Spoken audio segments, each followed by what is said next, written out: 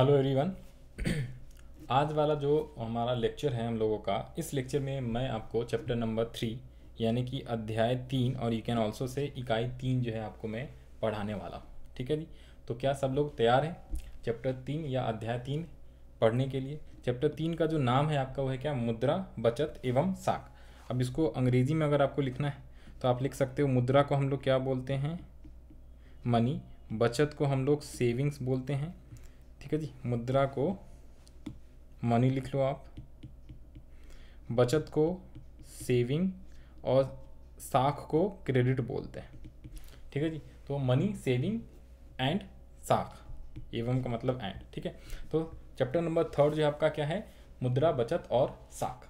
तो इस चैप्टर में जो आपको मेन जो टॉपिक्स पढ़ना है, अगर मैं समराइज वर्जन में बोलूँ, ठीक है जी, समराइज वर्जन में अगर आप देखोगे तो ये सारे टॉपिक्स आपको पढ़ने हैं। कौन कौन से? एक तो आपको पढ़ना है मुद्रा का मीनिंग, ठीक है जी। फिर उसके बाद पढ़ना है मुद्रा का लाभ, मुद्रा का विकास कैसे कैसे हुआ है, और मुद्रा के क्या कार्य होते हैं। ये मेन 3 है, ठीक है, मुद्रा के ऊपर। और इसके अलावा जो है वस्तु विनिमय प्रणाली भी पढ़ना है और इसकी कठिनाइयाँ भी पढ़ना है। देखो, जब मुद्रा की बात करेंगे ना तो वस्तु विनिमय प्रणाली आएगा, और ये वस्तु विनिमय प्रणाली वही सेम है जो हमने चैप्टर 1 में थोड़ा सा उसका मीनिंग पढ़ा था। वस्तु विनिमय प्रणाली का मतलब वस्तु के बदले दूसरे वस्तु का आदान प्रदान। और साथ साथ में जो आपको लास्ट में साख पढ़ना है और साख का आधार पढ़ना है। और एक आ गया आपका बचत, तो बचत भी इसी के अंदर आपको पढ़ना है। बचत के बारे में थोड़ा सा ये रहा बचत। तो आप ये कह सकते हो, देखो जी, देखो, एक तो हो गया ये बचत, दूसरा हो गया ये साख, और ये बाकी जो है ये सारा का सारा मुद्रा के बारे में पढ़ना है। तो 3 मेन चीज़ें पढ़नी है आपको इसी से रिलेटेड। तो जब हम वस्तु विनिमय पढ़ेंगे उसका अर्थ पढ़ेंगे, फिर वस्तु विनिमय में बहुत सारी कठिनाइयाँ थी, ठीक है जी, जिसकी वजह से मुद्रा का आविष्कार हुआ। तो मुद्रा का आविष्कार हुआ तो मुद्रा के कार्य पढ़ेंगे। ऑल्सो इंग्लिश में हम उसको क्या बोलते हैं? Functions of money. और साथ साथ में मुद्रा के क्या लाभ हैं वो भी पढ़ेंगे। और फिर हम बचत पढ़ेंगे, छोटा सा है, थोड़ा सा बचत के बारे में पढ़ना है। और फिर जो है आपका थोड़ा बहुत जो है साख के बारे में पढ़ना है, क्रेडिट के बारे में भी काफ़ी पढ़ना है। तो चलिए ज़रा स्टार्ट करते हैं हम लोग लाइन बाय लाइन पढ़ना। ठीक है, आपके पास अगर बुक है तो आप अपने सामने में बुक ओपन कर सकते हो, नहीं है तो आप इसको सिर्फ सुन लेना, ठीक है, समझ लेना। यहाँ पे मैंने बुक आपके साथ साथ में बुक से ही पढ़ा रहा हूँ। उसके अलावा अगर आपके पास बुक नहीं है तो आप डाउनलोड कर सकते हो फ्री में PDF फाइल, ठीक है जी। और मोबाइल और कंप्यूटर में आप जो है अपना देख सकते हो और पढ़ सकते हो। उसका डिस्क्रिप्शन में मैं लिंक दे दिया है, वहाँ पे जाके आप फ्री में डाउनलोड कर सकते हो, या फिर गूगल पे सर्च कर लेना, ठीक है जी, चैप्टर नंबर 3 मुद्रा, बचत एवं साख, तो वहाँ से आप डाउनलोड कर लेना। तो आइए ज़रा स्टार्ट करें अब लाइन बाय लाइन। और हम लोग जो है थोड़ा सा स्पीड मेंटेन करके रखेंगे, ठीक है जी। एकदम स्लो नहीं पढ़ाऊंगा मैं, थोड़ा सा जो है स्पीड हम अच्छा रखेंगे ताकि हम जल्दी से जल्दी जो है अपना ये चैप्टर कंप्लीट कर लें। और इस एक ही लेक्चर के अंदर मैं ये पूरा का पूरा चैप्टर कंप्लीट कराऊंगा। ये जो आपका पेज नंबर है ना बुक के अंदर, ये है आपका पेज नंबर, यहाँ पे 49 है तो इट शुड बी 48।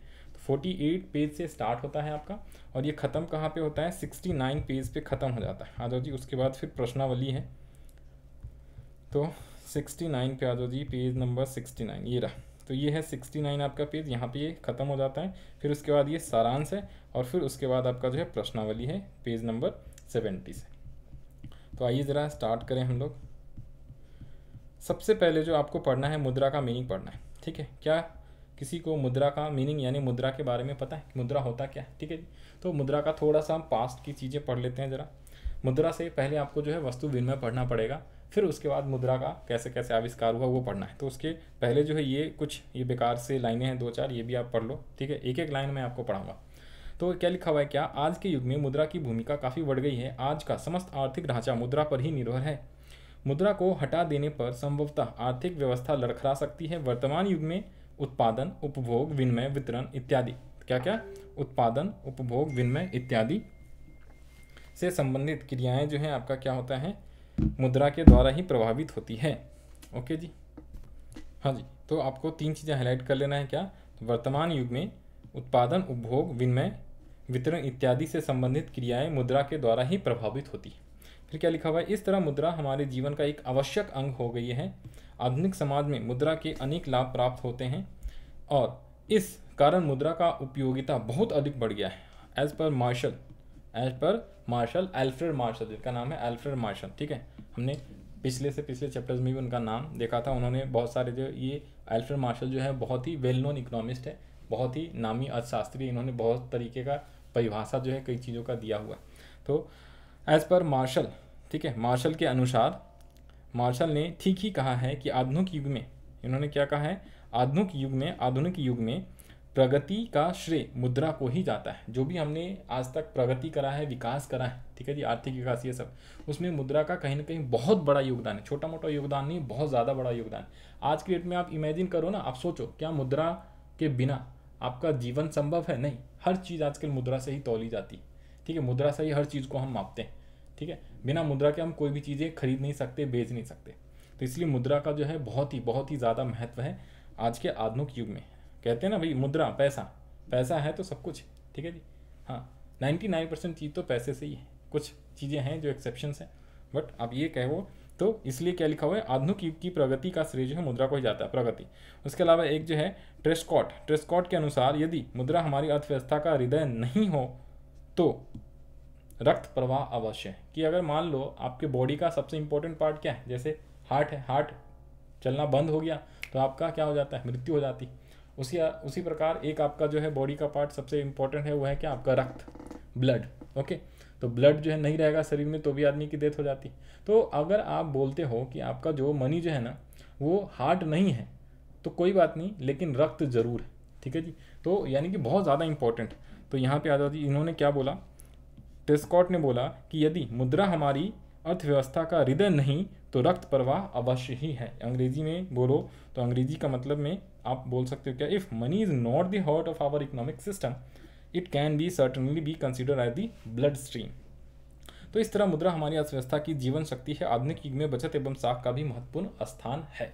तो मैं थोड़ा सा रीड फास्ट कराऊंगा, समझाऊंगा, अच्छे से एक्सप्लेन करूंगा आराम से, बट रीडिंग जो है मैं थोड़ा सा फास्ट कराऊंगा, क्योंकि आप चाहो तो रीडिंग 2 बार 3 बार अपने घर पे भी अगर आपके पास बुक है तो आप आसानी से कर सकते हो, ताकि हमारा जल्दी से जल्दी जो है चैप्टर जो है क्या हो, कंप्लीट हो जाए। ओके, अब हम बात करते हैं मुद्रा का इतिहास। तो क्या कह रहा है इसके अंदर, मुद्रा तथा व्यवसायिक क्षेत्र में, आर्थिक तथा व्यवसायिक क्षेत्र में मुद्रा का स्थान बहुत ही महत्वपूर्ण है।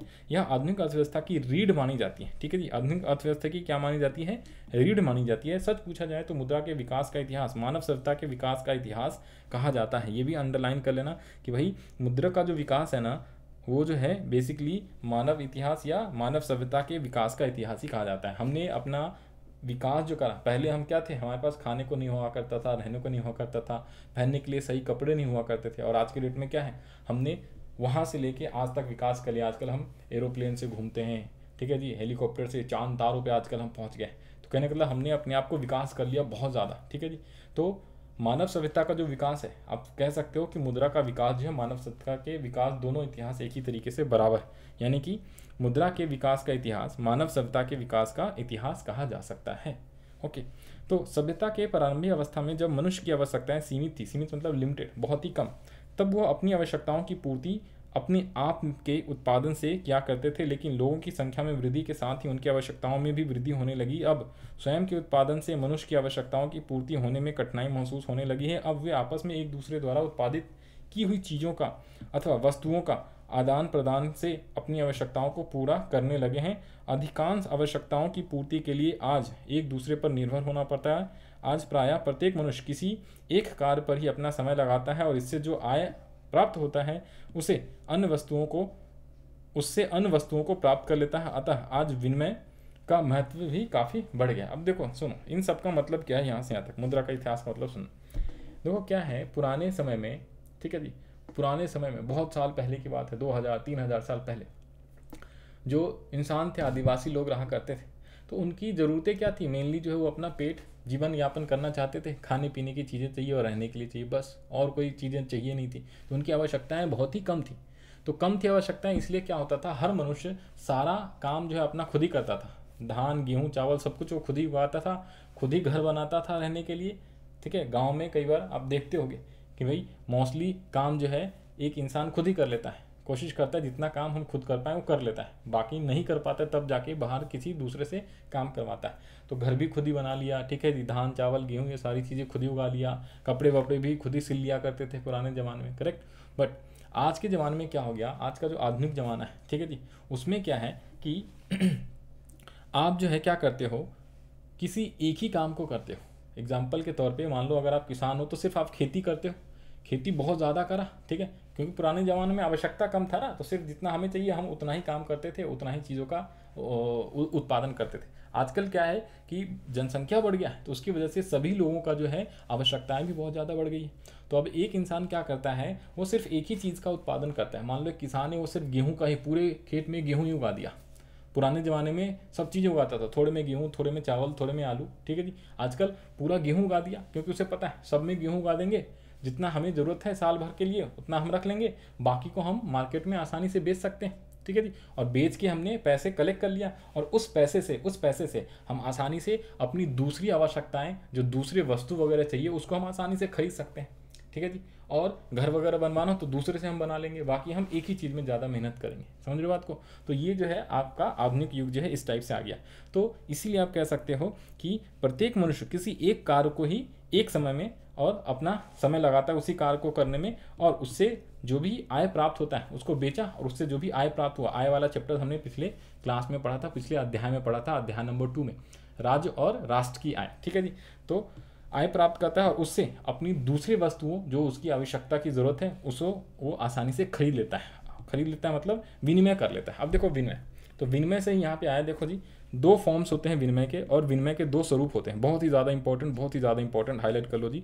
एक तो होता है आपका क्या, वस्तु विनिमय प्रणाली, और एक होता है मौद्रिक विनिमय प्रणाली। देखो आजकल तो क्या होता है, आजकल जो होता है मौद्रिक विनिमय प्रणाली होता है। मौद्रिक विनिमय प्रणाली मतलब क्या है, पहले ये समझो जी। वस्तु विनिमय प्रणाली तो जो है पुराने होते थे, ठीक है जी। इसमें बहुत तरीके की कठिनाइयाँ, वो हमें पढ़ना है कि वस्तु विनिमय प्रणाली है क्या, इसका मीनिंग हमने पढ़ा था चैप्टर 1 में। जब पेज नंबर 10 पे जाओगे, देखो जी आपको दिखा दूँ, तो एक अर्थ जो है थोड़ा सा हमने बस पढ़ा था वस्तु विनिमय प्रणाली। वहाँ पे मैंने आपको ये भी बताया था कि ये आगे के चैप्टर नंबर 3 में आएगा। पेज नंबर 10 पे आओ, यहाँ पे आओ, पेज नंबर 10 पे देखो जी, मौद्रिक विकास में ये रहा ना, मौद्रिक विकास, तो इसमें हमने पढ़ा था ना, वस्तु से वस्तु का लेन देन कर अपनी आवश्यकताओं को पूर्ति करते हैं, तो अर्थव्यवस्था की इस अवस्था को हम वस्तु विनिमय प्रणाली कहते हैं। करेक्ट है? तो वस्तु विनिमय प्रणाली में क्या होता है, वस्तुओं का आदान प्रदान, ठीक है। अब ये दोबारा से पेज नंबर 48 या 49 जो भी है उस पर आ जाते, पेज नंबर 48 पे आ जाते हैं, 49 पे, ठीक है। तो वस्तु विनिमय प्रणाली, देखो विनिमय के दो स्वरूप होते हैं। विनिमय मतलब एक्सचेंज, ठीक है। एक्सचेंज करने के दो तरीके हैं, दो स्वरूप हैं। एक तो है क्या, आप किसी से कोई सामान लेना चाहते हो, तो आपने सामान लिया, उससे वस्तु लिया या सेवाएं लिया, वस्तु सेवाएं दोनों, जहाँ मैं वस्तु बोलूँ वहाँ सेवाएं भी आप लिखना है। तो वस्तु और सेवाएं किसी से लिया, और बदले में हमने उसको कुछ वस्तुएं सेवाएं ही दे दिया, ठीक है जी। तो वस्तु के बदले वस्तु, ठीक है जी। तो उसे हम बोलते हैं वस्तु विनिमय प्रणाली। लेकिन मैं मौद्रिक की बात करूँ जो आजकल चलता है, ये वस्तु विनिमय प्रणाली बहुत पहले चलता था, गांव में कहीं कहीं इक्का दुक्का जगह अभी भी चलता है, बट मोस्टली जो है आजकल तो हर कोई जो है मौद्रिक विनिमय प्रणाली ही क्या करता है, अपनाता है और अपना रखा है। मौद्रिक विनिमय प्रणाली में क्या होता है, अगर आपको कोई वस्तु वगैरह चाहिए तो उससे आपने कोई सामान या कोई सेवा लिया और बदले में उसको पैसा दे दिया। अगर आप इंस्टीट्यूट में पढ़ने जाते हो, कोचिंग सेंटर में पढ़ने जाते हो, स्कूल में, प्राइवेट स्कूल में पढ़ने जाते हो, तो आपने टीचर से उनकी सेवाएं ली और बदले में उनको क्या कर दिया, फीस दे दिया। फीस के रूप में क्या देते हो आप, पैसे दे देते हो, ठीक है जी। तो उसे हम कहते हैं वस्तु विनिमय प्रणाली, ओके। और मौद्रिक विनिमय प्रणाली और वस्तु विनिमय प्रणाली पुराने ज़माने में हुआ करता था कि एक इंसान ने एक वस्तु लिया। अब एग्जांपल के तौर पे देखो, एक एग्जांपल दिखाता हूँ, ये रहा। मान लो वस्तु विनिमय को अंग्रेजी में बार्टर एक्सचेंज कहते हैं। तो ये कोई किसान है, इसने सेब का उत्पादन करा, ठीक है जी, सेब बनाया, मैंगो बनाया, और ये इंसान है, इसके पोल्ट्री फार्म में ये मुर्गा, चिकन वगैरह बनाता है, ठीक है जी। अंग्रेजी में चिकन बोलते हैं, वैसे मुर्गा, ठीक है। मुर्गा पोल्ट्री फार्म में मुर्गा पालन, पशुपालन के अंदर आता है ना, मुर्गा पालन करता है, और ये इंसान ने अपना सेब इसको दिया और इससे बदले में जो है नॉनवेज आइटम मुर्गा ले लिया खाने के लिए। तो इसे हम वस्तु विनिमय प्रणाली बोलते हैं। करेक्ट जी? तो ये आपको समझ में आ गया। तो ये पुराने ज़माने में होता था, अब नहीं होता।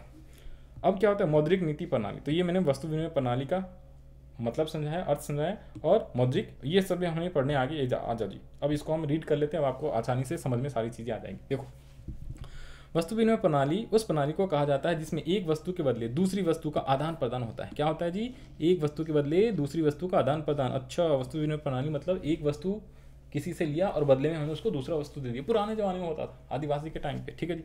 आगे लिखा हुआ है दूसरे शब्दों में किसी एक वस्तु का किसी दूसरी वस्तु के साथ बिना मुद्रा के लेन देन को वस्तु विनिमय प्रणाली कहते हैं। अब यहाँ पे याद रख लेना, बिना मुद्रा, इसमें मुद्रा का उपयोग नहीं होता। वस्तु विनिमय प्रणाली में मुद्रा का उपयोग नहीं करते हैं। अंग्रेजी में लिखा हुआ है the act of direct exchange of one commodity for another without the meditation और you can say use of money is known as barter exchange system. Barter exchange बोलो, बार्टर सिस्टम बोलो, बार्टर एक्सचेंज सिस्टम बोलो, सबका मतलब same ही है। अब आगे आइए, उदाहरण के लिए गेहूं से चावल का बदलाव, सब्जी से तेल का बदलाव, दूध से दही का बदलाव, यह प्रणाली पुराने ज़माने में प्रचलित थी। ओहो सर आपने सही बोला, कब? पुराने ज़माने में था भैया, अब नहीं होता। व्यवहारिक रूप से इस प्रणाली में लोगों के अनेक कठिनाइयाँ, सबसे ज़्यादा इंपॉर्टेंट, बहुत ज़्यादा हाईलाइट कर लो जी, ये सारे आपके वस्तु विनिमय प्रणाली के वेरी वेरी इंपॉर्टेंट लगा लेना, ये बहुत ज़्यादा इंपॉर्टेंट है और इससे क्वेश्चन आएगा। और यहाँ ध्यान रखो, जो ये कठिनाइयाँ हैं वस्तु विनिमय की ना, यही सेम आगे चल के क्या हो जाएगा, मुद्रा का क्या हो जाएगा, फायदा हो जाएगा, मुद्रा का कार्य हो जाएगा। ठीक है जी, यहाँ पे कठिनाइयाँ और वहाँ पे मुद्रा का कार्य हो जाएगा, यही सेम अभी आएगा नीचे 2-3 पेज नीचे। तो पहले आ जाओ जी, यहाँ पे पढ़ते हैं हम लोग कि वस्तु विनिमय प्रणाली में क्या क्या कठिनाइयाँ थी। अब क्या कठिनाइयाँ थी, ध्यान से सुनो। इसमें टोटल 6 कठिनाइयाँ हैं। क्या क्या? आवश्यकता के दोहरे संयोग का अभाव, मूल्य के सामान्य मापक का अभाव, इसको अच्छे से हम समझेंगे, मूल्य सूचकांक का अभाव, सह विभाजन का अभाव, भविष्य के भुगतान की कठिनाई और मूल्य हस्तांतरण की समस्या। ये 6 टोटल कठिनाइयाँ हैं किसके, वस्तु विनिमय प्रणाली के। ठीक है जी, तो 1 बाय 1 पढ़ेंगे। पहले मैं आपको समझा दूँ, देखो यहाँ पे आ जाओ जी, ये जो हमने डायग्राम देखा था, कहाँ पे चित्र है, चित्र डायग्राम, देखो जी, देखो अंग्रेजी मिटा देता हूँ, हिंदी में समझो। अब ये देखो, ये है किसान, इसका नाम रख लो जी मिस्टर राम, चलो राम नहीं रखते हैं, कोई और रखते हैं, चलो मिस्टर मोहन रख लेते हैं। और ये कौन है, ये है दिनेश। ठीक है जी, दिनेश पोल्ट्री फार्म वाला है और मोहन क्या कर रहा है, ये सेब का प्रोडक्शन, सेब का उत्पादन करता है। अब मोहन ने क्या कहा, मोहन ने कहा राम से, राम मेरे पास सेब की एक टोकरी, ठीक है जी, एक टोकरी में बहुत सारे सेब, एक काम करो, ये मेरे से तुम सेब ले लो और बदले में मुझे क्या कर दो, मुर्गा दे दो खाने के लिए, चिकन, नॉनवेज आइटम। जो नहीं खाते कोई बात नहीं, ठीक है जी, हमने एग्जाम्पल के लिया है, किसी का हमें वो नहीं करना है, तो ध्यान से सुनना। अब इसने कहा मेरे को ये मुर्गा चिकन दे दो, ठीक है जी, ओके, या फिर एक काम करो, इसको मान ले हैन, मुर्गी मान लो, मुर्गी दे दो और मैं इससे क्या करूँगा, इसको पाल पोष के बड़ा करूँगा और इससे जो अंडा आएगा वो अंडा मैं खाऊंगा, उससे प्रोटीन मिलेगा तो मैं उसका उपयोग करूँगा, ठीक है, खाने में। ओके, तो अब सुनना जरा ध्यान से, जो मर्जी आप समझ लेना। अब देखो यहाँ पे क्या, तो मोहन ने कहा ये लो एक टोकरी और मेरे को क्या करो, मेरे को तीन मुर्गा या मुर्गी जो भी है वो मेरे को दे दो, 3 मुर्गा दे दो। अब दिनेश कह रहा है नहीं भाई नहीं, ऐसा नहीं होएगा, तुम एक टोकरी अगर मेरे को दोगे ना, एक टोकरी अगर तुम मेरे को फल दोगे, सेब दोगे, ठीक है जी, तो एक टोकरी जब तुम मेरे को सेब दोगे तो मैं क्या करूँगा, मैं बदले में एक ही मुर्गा या मुर्गी दूंगा। समझ रहे बात को? कौन कर रहा है, दिनेश कह रहा है एक टोकरी के बदले एक मुर्गा दूंगा, लेकिन मोहन कह रहा है नहीं भाई, मेरी सेब की कीमत वैल्यू बहुत ज़्यादा है, एक टोकरी सेब का कीमत एक मुर्गा से काम नहीं चलेगा, 3 मुर्गा देना पड़ेगा। ये कह रहा है नहीं ऐसा नहीं हो सकता, एक टोकरी के बदले एक मुर्गा। समझ रहे हो? तो यहाँ पे कुछ समस्याएं उत्पन्न होना स्टार्ट हुआ। पुराने ज़माने में सोचो ऐसा कुछ समस्या आया होगा, समझ रहे हो बात को, कि भाई कितने सामान के बदले कितने, समझ रहे हो, कितने सामान के बदले कितने सेब के बदले कितने मुर्गी, ये एक समस्या है। ये पहला समस्या, अभी नाम बताऊंगा इसका कि इस समस्या को क्या कहते हैं। ठीक है, इस समस्या को हम लोग, यहाँ पे आ जाओ जी, इस समस्या को हम लोग आवश्यकता के दूसरे संयोग का अभाव नहीं कहते। ठीक है, इसे हम बोलते हैं क्या, इसे हम बोलते हैं, यहाँ पे देखो, मूल्य के समान मापक का अभाव बोलते हैं। ठीक है जी, lack of common measure of value, इसे बोलते हैं हम क्या, सेकेंड वाला जो मैंने आपको एग्जाम्पल में समझाया। अब देखो एक और समस्या, क्या है समस्या, पहला तो क्या है कि भाई कितने सेब के बदले कितना, मतलब इसके पास जो वस्तु है ना ये कितना देगा तो उसके बदले में ये कितना देगा। अगर 1 किलो गेहूं दिया तो क्या 1 किलो चावल होगा? Answer is no. ठीक है, किसी चीज़ का वैल्यू जो है, किसी चीज़ का मूल्य जो है बहुत ज़्यादा होता है, किसी चीज़ का मूल्य कम होता है। आपको पता ही है गेहूँ कितने रुपए किलो, मान लो 30 रुपये किलो है जी, ठीक है, और चावल कितने रुपए किलो, वो 50 रुपये किलो, तो दोनों बराबर है ना। तो आजकल रुपये के टर्म में क्या आसानी से हम कंपेयर कर सकते हैं, ठीक है जी, तुलना कर सकते हैं। लेकिन पुराने ज़माने में ऐसा नहीं होता था ना, दिक्कत आती थी, तो ये कठिनाई आई। दूसरा कठिनाई क्या है, देखो अब मान लो ये क्या कह रहा है, ये है मोहन। मोहन कह रहा है देख भाई देख, मेरे से तू एप्पल ले ले और बदले में मेरे को ये चिकन, मुर्गा, हैन, मुर्गा या मुर्गी जो भी है वो मेरे को दे दे।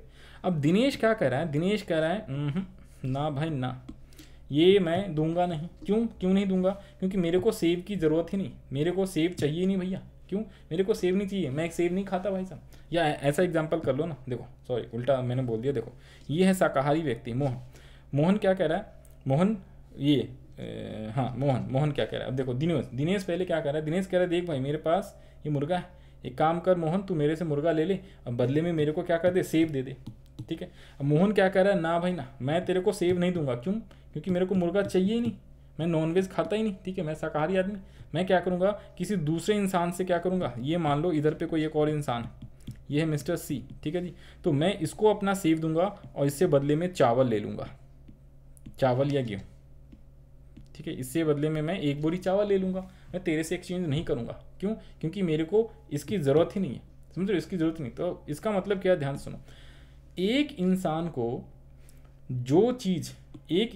जो चीज़ चाहिए और ये जिस इंसान से जो चीज़ें चाहिए उसको भी ये जो चीज़ इसके पास है वो उसको चाहिए, समझ रहे हो बात को। दोनों इंसानों को एक दूसरे का वस्तु का क्या हो, आवश्यकता पड़ता हो, तभी आपस में क्या होगा, विनिमय हो सकता है। दैट इज कॉल्ड व्हाट, इसी को हम लोग बोलते हैं क्या, आवश्यकता के दोहरे संयोग का अभाव। दोहरा संयोग, देखो दोहरा संयोग होगा तभी वस्तु विनिमय होगा। एक इंसान को चावल चाहिए, दूसरे को गेहूं चाहिए, जिसको चावल चाहिए उसके पास गेहूं है और जिसको गेहूं चाहिए उसके पास चावल है, तो आसानी से दोनों विनिमय कर लेंगे। लेकिन एक के पास चावल भी है, गेहूं भी है, और मान लो दूसरे के पास सिर्फ चावल है, तो वो चाहता है कि गेहूं बदले में विनिमय करा ले। तो जिसके पास चावल गेहूं दोनों, वो क्या कहेगा, नहीं भाई नहीं, मैं तेरे से एक्सचेंज नहीं करूंगा, तेरे से विनिमय नहीं करूंगा, मैं तो उस इंसान से करूंगा जिसके पास मिल्क है, क्योंकि मेरे को अब दूध की जरूरत है, तो मैं उससे विनिमय करूंगा, तेरे से नहीं करूंगा। तो इसमें क्या हो गया, अभाव आ गया, कठिनाई आ गया, प्रॉब्लम आ गया। दोहरा संयोग होना बहुत जरूरी। तो दोहरा संयोग नहीं है तब तो भैया विनिमय हो ही नहीं सकता, ठीक है। लेकिन आजकल क्या है, मनी है, कोई भी चीज़ आपके पास है उसको बेच दो और जो मर्जी वो मनी से खरीद लो। अगर सिर्फ उसके पास गेहूं था, चावल गेहूं दोनों जिसके पास था, वो एक्सचेंज नहीं करना चाहता है, तो आजकल जिसके पास ज़्यादा गेहूं है, गेहूं मार्केट में सेल कर दिया, पैसे लिए, और जो चीज़ चाहिए वो किसी और से उसने खरीद लिया, चावल वगैरह। तो आजकल ये होता है। तो 2 मैंने आपको कठिनाई बताई, अब इसको ज़रा पढ़ लेते हैं, फिर बाकी 4 कठिनाई पढ़ेंगे। सुनो आवश्यकता के दोहरे संयोग का अभाव क्या होता है, मतलब कि जो एक इंसान को चाहिए वही सेम दूसरे इंसान को क्या होना चाहिए, उसके पास होना चाहिए, और जो दूसरे इंसान को आवश्यकता चीज़ें चाहिए वो पहले वाले इंसान के पास होना चाहिए, ताकि दोनों एक्सचेंज कर पाए। तो लैक ऑफ डबल कोइंसिडेंस, ठीक है जी, जब नहीं होता इसे ही कठिनाई बोलते हैं। तो वस्तु विनिमय प्रणाली की यह प्रमुख कठिनाई थी। आवश्यकता के दोहरे संयोग का मतलब है एक की ज़रूरत दूसरे से मेल खा जाए। एक की ज़रूरत दूसरे से मेल खा जाए, लेकिन ऐसा कभी संयोग ही होता था, कभी कभी होता था इस टाइप का। तो बहुत ज़्यादा कठिनाई होता है, जो एक को चाहिए दूसरे के पास है, जो दूसरे को चाहिए वो पहले के पास। आगे कह रहा है क्या, किसी की ज़रूरत किसी से मेल खा जाए, ऐसी स्थिति में विनिमय में कठिनाई होती है, ठीक है। पूरा लाइन पढ़ लो यहाँ से। कह रहा क्या, एक की ज़रूरत दूसरे से मेल खा जाए, लेकिन ऐसा कभी कभी संयोग होता था कि किसी की ज़रूरत किसी से ही मेल खाए, ठीक है। कभी कभी होता था, अदरवाइज ज़्यादातर नहीं होता। ऐसी स्थिति में विनिमय में कठिनाई होती थी। आवश्यकता के दोहरे संयोग के अभाव के एक उदाहरण द्वारा स्पष्ट किया जाता है। ये बहुत ही ज़्यादा इंपॉर्टेंट है, ठीक है जी। ये एग्जाम्पल याद रख लेना। लेफ्टिनेंट कैमरॉन अफ्रीका में एक नदी पार करना चाह रहा था। ये क्या कह रहा है, अफ्रीका में एक नदी पार करना चाहता था। नाविक नदी पार करने के लिए हाथी दांत मांगता था, जो उसके पास नहीं था। भैया एक इंसान था अफ्रीका में, उसको एक नदी पार करना है। अब जो नदी पार करना हो तो नदी पार करेगा किसके, जिसके पास नाव है उसके नाव से, नाविक से। अब नाविक को क्या चाहिए, वो कह रहा है मेरे को हाथी दांत चाहिए, लेकिन जिसको नदी पार करना उसके पास हाथी दांत है ही नहीं। तो क्या है, एक तरीके से कठिनाई, प्रॉब्लम होगी स्टार्ट, दोहरेपन का, ठीक है जी, दोहरेपन के संयोग। तो आगे लिखा हुआ है, कैमरॉन को पता लगा कि एक दूसरे व्यक्ति के पास हाथी दांत है जो उसके बदले में कपड़ा चाहता है, लेकिन कैमरॉन के पास कपड़ा भी नहीं है। तो कुछ समय बाद कैमरॉन को पता चला कि तीसरे व्यक्ति के पास कपड़ा है और इसके बदले वह वायर चाहता है। सौभाग्य से कैमरॉन के पास तार था। उसने तार देकर कपड़ा लिया, कपड़ा देकर फिर हाथी दांत लिया तथा हाथी दांत देकर नदी पार किया। इस तरह दोहरे संयोग के अभाव में उसका बहुत समय बर्बाद हुआ। तो दोहरे संयोग के अभाव को ही क्या बोलते, कठिनाई। तो बहुत कठिनाइयाँ थी वस्तु विनिमय में, पहले वो उससे बदलो, फिर तीसरे से बदलो, चौथे से बदलो, फिर जाके फिर जो आपका काम है वो करो, ठीक है जी। तो इसलिए मुद्रा का आविष्कार अभी हम पढ़ेंगे बाद में, तब जाके मुद्रा का आविष्कार हुआ। नेक्स्ट है क्या, ये भी आपको समझा दिया, ध्यान से पढ़ो। मूल्य के समान मापक, सामान कितने क्वांटिटी के बदले दूसरे सामान का कितना क्वांटिटी, कितने वस्तु के बदले दूसरा कितना वस्तु। एक टोकरी एप्पल के बदले कितना गेहूं चावल, ठीक है, कितना गेहूं, कितनी बोरी गेहूं, या एक टोकरी एप्पल के बदले कितना टोकरी जो है कितना बोरी चावल, आप ऐसे कह सकते हो, चावल या कितनी बोरी गेहूं, ठीक है जी। तो lack of common measure of value, वस्तु विनिमय प्रणाली की दूसरी बड़ी कठिनाई क्या था, मूल्य के मापने से संबंधित था। मूल्य के मापने से संबंधित था, क्या बोला, कोई ऐसा सर्वमान्य मापक नहीं था जिसकी सहायता से सभी प्रकार के वस्तुओं एवं सेवाओं के मूल्य को ठीक प्रकार से मापा जा सके। उदाहरण के लिए, उदाहरण बहुत ही ज़्यादा महत्व रहेगा, इंपॉर्टेंट रहेगा, उसको आप पढ़ोगे अच्छे से तो समझ में आ जाएगा। और हर जब क्वेश्चन आएगा, प्रश्न आएगा, उसके उत्तर में आप उदाहरण दे के आप उसमें 2-3 लाइन बढ़ा के आप आसानी से लिख सकते हो अपना आंसर, तो बहुत अच्छा माना जाएगा, फिर आपको नंबर भी बहुत बढ़िया आएगा।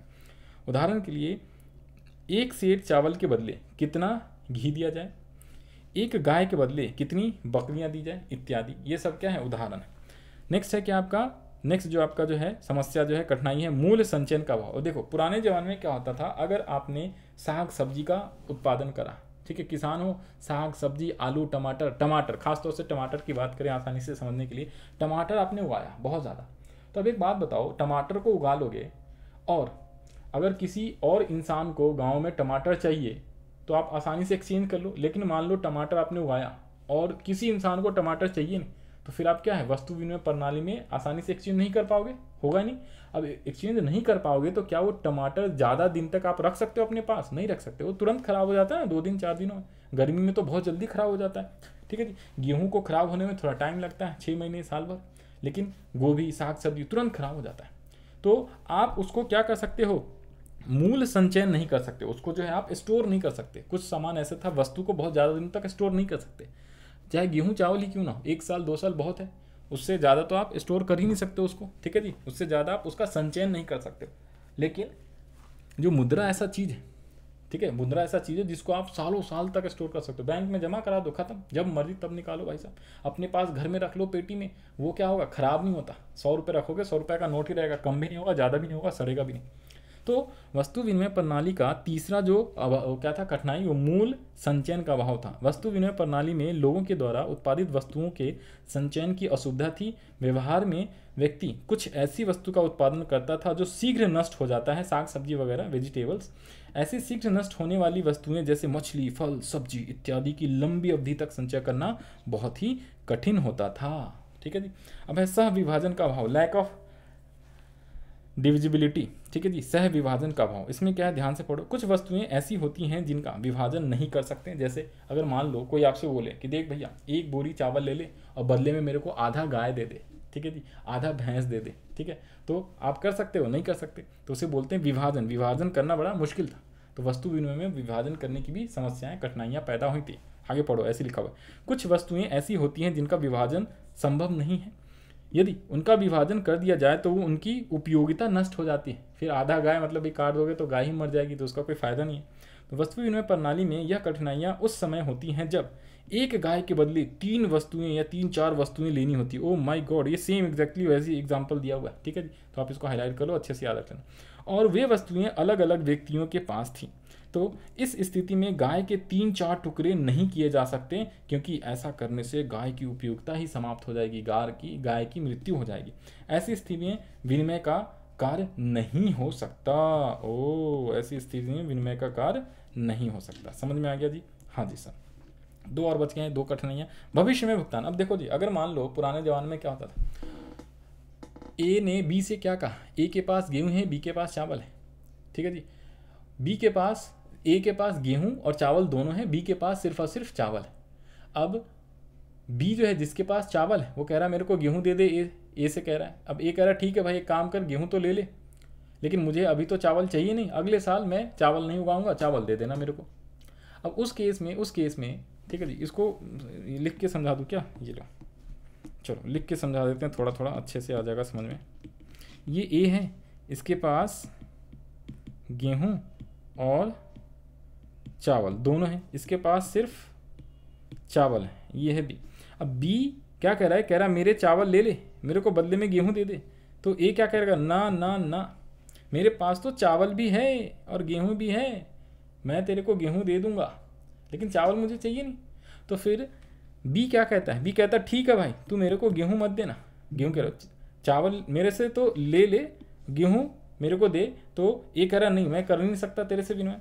तो लेकिन ए ने क्या कहा, एक काम कर, तू मेरे से गेहूं तो ले ले, ठीक है, गेहूं ले ले, मेरे को चावल मत दे इस साल, अगले साल नेक्स्ट ईयर अगले साल एक काम करना, मैं जो है ना, मैं क्या करूँगा, मैं अपने पास चावल उगाऊंगा नहीं, सिर्फ गेहूं का उत्पादन करूँगा। तो उस समय तू चावल का उत्पादन करना, तो उस समय मेरे को चावल जो है इस पिछले साल वाला भी देना, और इस साल अगर कोई एक्सचेंज करेगा तो उसके बदले भी दे देना। तो अब इसने क्या किया सुनो जरा, अभी अभी समस्या उत्पन्न नहीं हुआ, अभी क्या हुआ देखो। अब इसने जो है गेहूं के तौर पे इसने जो है एक बोरी जो है इसने बेसिकली एक बोरी जो है इसने क्या कर दिया, उसको एक बोरी जो है इसने गेहूं दे दिया, ठीक है, एक बोरी गेहूं दे दिया।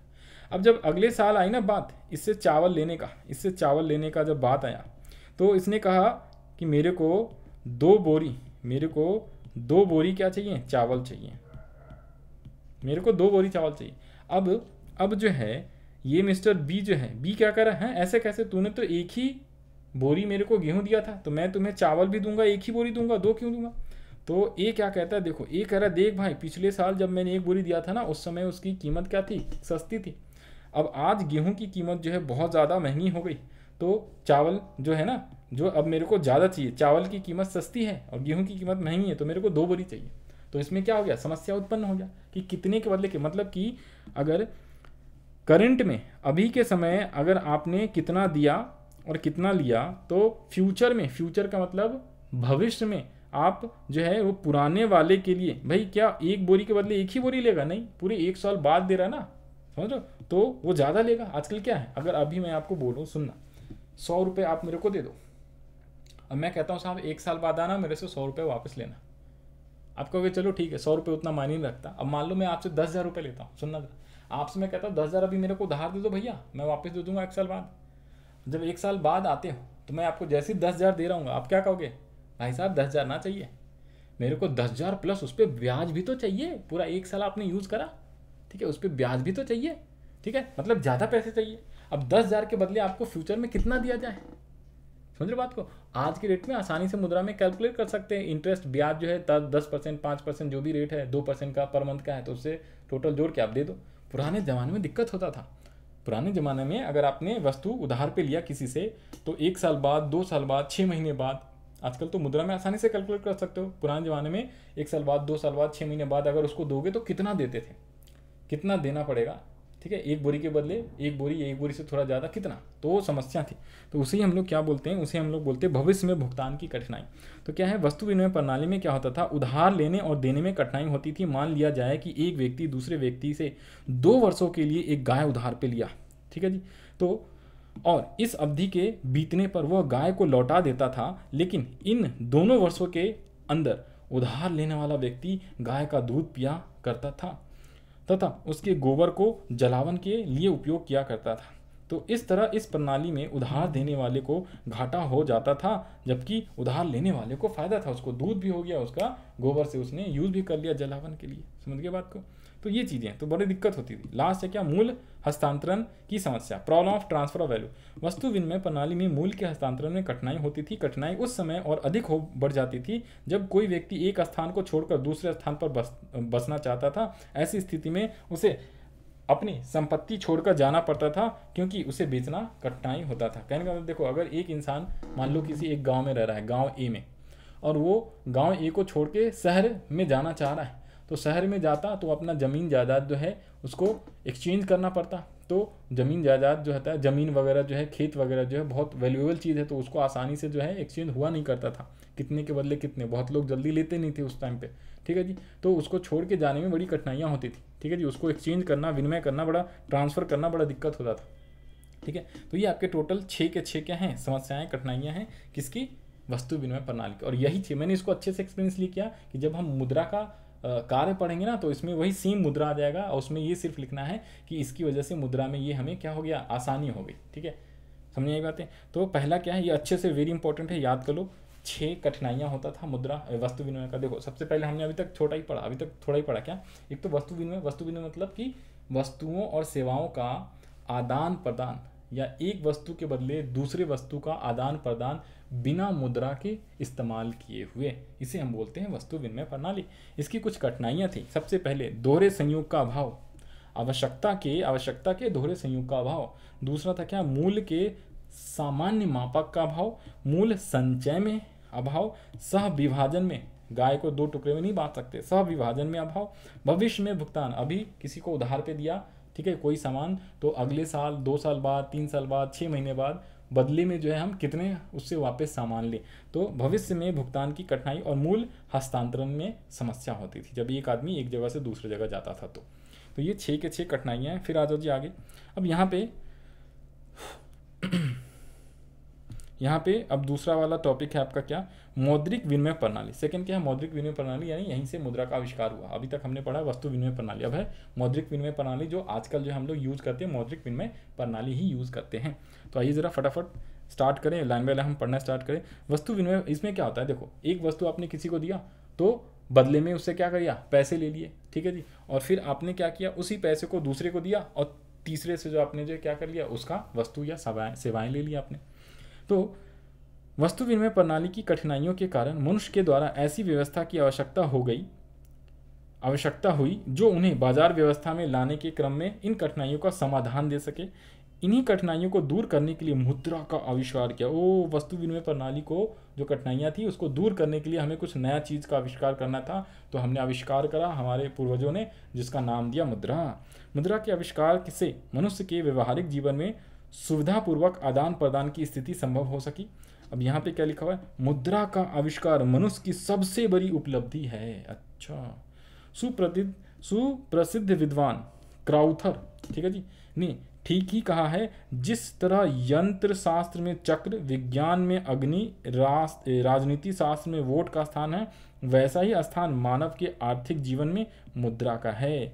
मनुष्य के सामाजिक एवं व्यवसायिक जीवन का संचालन मुद्रा के माध्यम से ही होता है।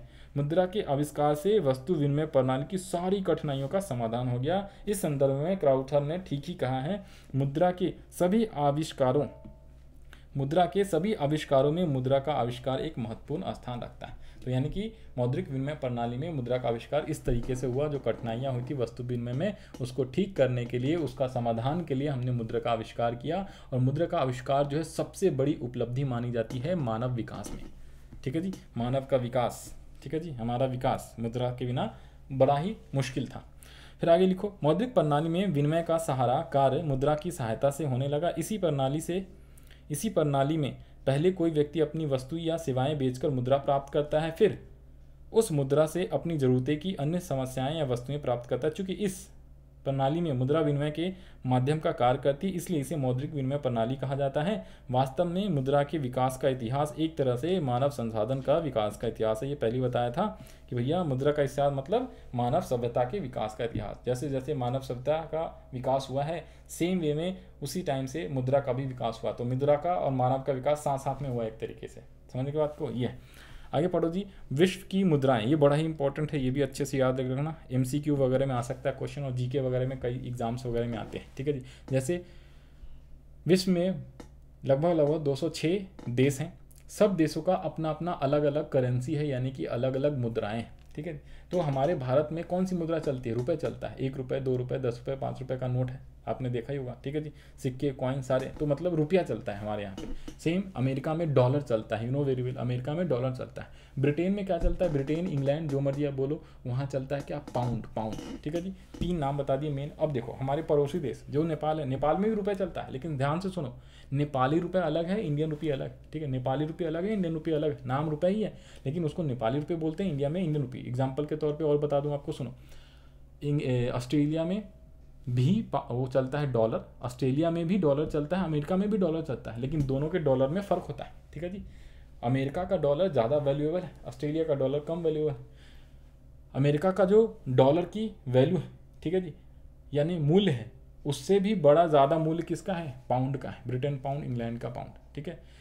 अगर $1 बराबर आज की डेट में 80 रुपये के आसपास है, तो 1 पाउंड का जो है 100 रुपये के आसपास में उसकी वैल्यू, ठीक है जी। तो ये सब चीज़ें कैसे, ये सब आप जब 11वीं 12वीं में कक्षा में आओगे ना, दोबारा से वहाँ पे मुद्रा के बारे में पढ़ना है, मनी के बारे में पढ़ना है, तो वहाँ पे मनी के बारे में और फॉरेन एक्सचेंज के बारे में पढ़ना होता है, ठीक है जी। तो वहाँ पे आपको पता चलेगा कि ये जो चेंजेज हैं, मतलब $1 = 80 रुपये, ऐसा क्यों है, इसका क्या कारण है, समझ गए बात को। तो ये सब अभी आपको नहीं पढ़ना, बाकी अगर आपको सर्च करना है तो गूगल पे आप करना, आपको समझ में आ जाएगा। वो अभी मैं आपको यहाँ पे बता नहीं रहा। जब आप 11वीं 12वीं आओगे तो वहाँ पे इकोनॉमिक्स अगर सब्जेक्ट लोगे तो वहाँ पे आपको सारी चीज़ें पढ़नी। बट फिलहाल आप जो है सोचना कभी कि भैया $1 = 80 रुपये क्यों है? क्या ये फ्यूचर में कभी भविष्य काल में $1 = ₹1 हो सकता है कि नहीं हो सकता है? ठीक है, ये सब भी सोचना। ओके, अब आ जाओ जी। तो हमने यहाँ पे ये याद रख लेना है क्या, नंबर 1 सबसे पहला क्या है जी आपका, भारत में क्या चलता है? रुपया। पाकिस्तान में भी रुपया चलता है, नेपाल में भी रुपया चलता है, श्रीलंका में भी रुपया चलता है। इन चारों कंट्री में रुपया चलता है, लेकिन ये इनकी मूल्य जो है अलग अलग होती है। इंडियन रुपी, पाकिस्तानी रुपी, श्रीलंकन रुपी और नेपाली रुपी। और जो आपका बांग्लादेश पड़ोसी है वहाँ पे क्या चलता है? टका। अफगानिस्तान में अफगानी चलता है। ठीक है, ये सब पड़ोसी देश हैं हमारे। उसके अलावा चाइना भी है, चाइना में कुछ अलग चलता है। ठीक है जी। उसके अलावा रसिया है, रसिया में रूबल चलता है। जो यहाँ पे हैं ये थोड़ा सा इंपॉर्टेंट रहेगा, इससे एमसीक्यू क्या पता पूछ दे। बाकी देशों का अगर आपको देखना है तो गूगल कर सकते हो, बाकी देश का याद नहीं भी होगा तो चलेगा। उसके अलावा जैसे रूस में क्या है? रूबल चलता है। सिंगापुर में भी डॉलर चलता है, ऑस्ट्रेलिया में भी डॉलर और यूएस में भी डॉलर, अमेरिका में डॉलर, इंग्लैंड में पाउंड चलता है, ईरान में क्या चलता है? रियाल चलता है, इराक में दिनार चलता है और स्वीडन में क्रोना चलता है। ठीक है जी। तो ये सब कुछ मुद्राएं हैं। ठीक है, अलग अलग देश का, वो आपको याद रख लेना है। नाउ मुद्रा के कार्य क्या है? सबसे ज़्यादा इंपॉर्टेंट, वेरी बहुत ज़्यादा वेरी इंपॉर्टेंट। जैसे कठिनाइयाँ जो है वस्तु विनिमय का बहुत ही महत्व है, इंपॉर्टेंट है एग्जाम पॉइंट ऑफ व्यू से, वैसे ही आपकी मुद्रा के कार्य है। लेकिन है आसान, कोई मुश्किल नहीं है, चैप्टर ही पूरा आसान है भैया। वस्तु विनिमय प्रणाली की जो कठिनाइयाँ है वही क्या हो जाएगा? मुद्रा का कार्य हो जाएगा। देखो अभी आपको दिखाता हूँ, सुनो।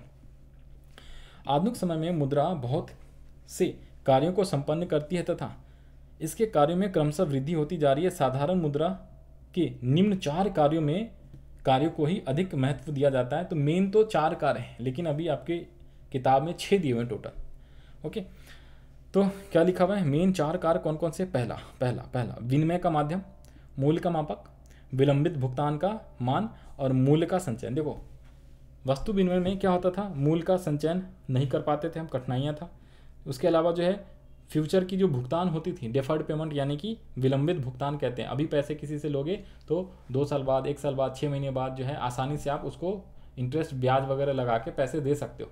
वस्तु विनिमय में दिक्कत होता था, नहीं दे पाते थे। मूल्य का माप, भाई कितने के बदले कितने, 1 किलो गेहूं के बदले कितने रुपए, 1 किलो चावल के बदले कितने रुपए। ठीक है, आजकल आसानी से हम मुद्रा के रूप में उसको माप सकते हैं। पुराने ज़माने में 1 किलो चावल के बदले कितना किलो गेहूं, वो नहीं माप सकते थे वस्तु विनिमय में, कठिनाइयाँ था। और विनिमय का माध्यम, एक्सचेंज, मीडियम ऑफ एक्सचेंज इसको अंग्रेजी में कहते हैं। विनिमय का माध्यम कि भैया आप अगर 2 किलो चावल खरीदना है तो आपको रुपए में जो है कितने रुपए देने, आप दे दो 30 रुपये के हिसाब से। अगर 1 किलो 30 रुपये का है तो 2 किलो चावल खरीदना है तो 30 रुपये × 2 60 रुपये आपको देने पड़ेगा।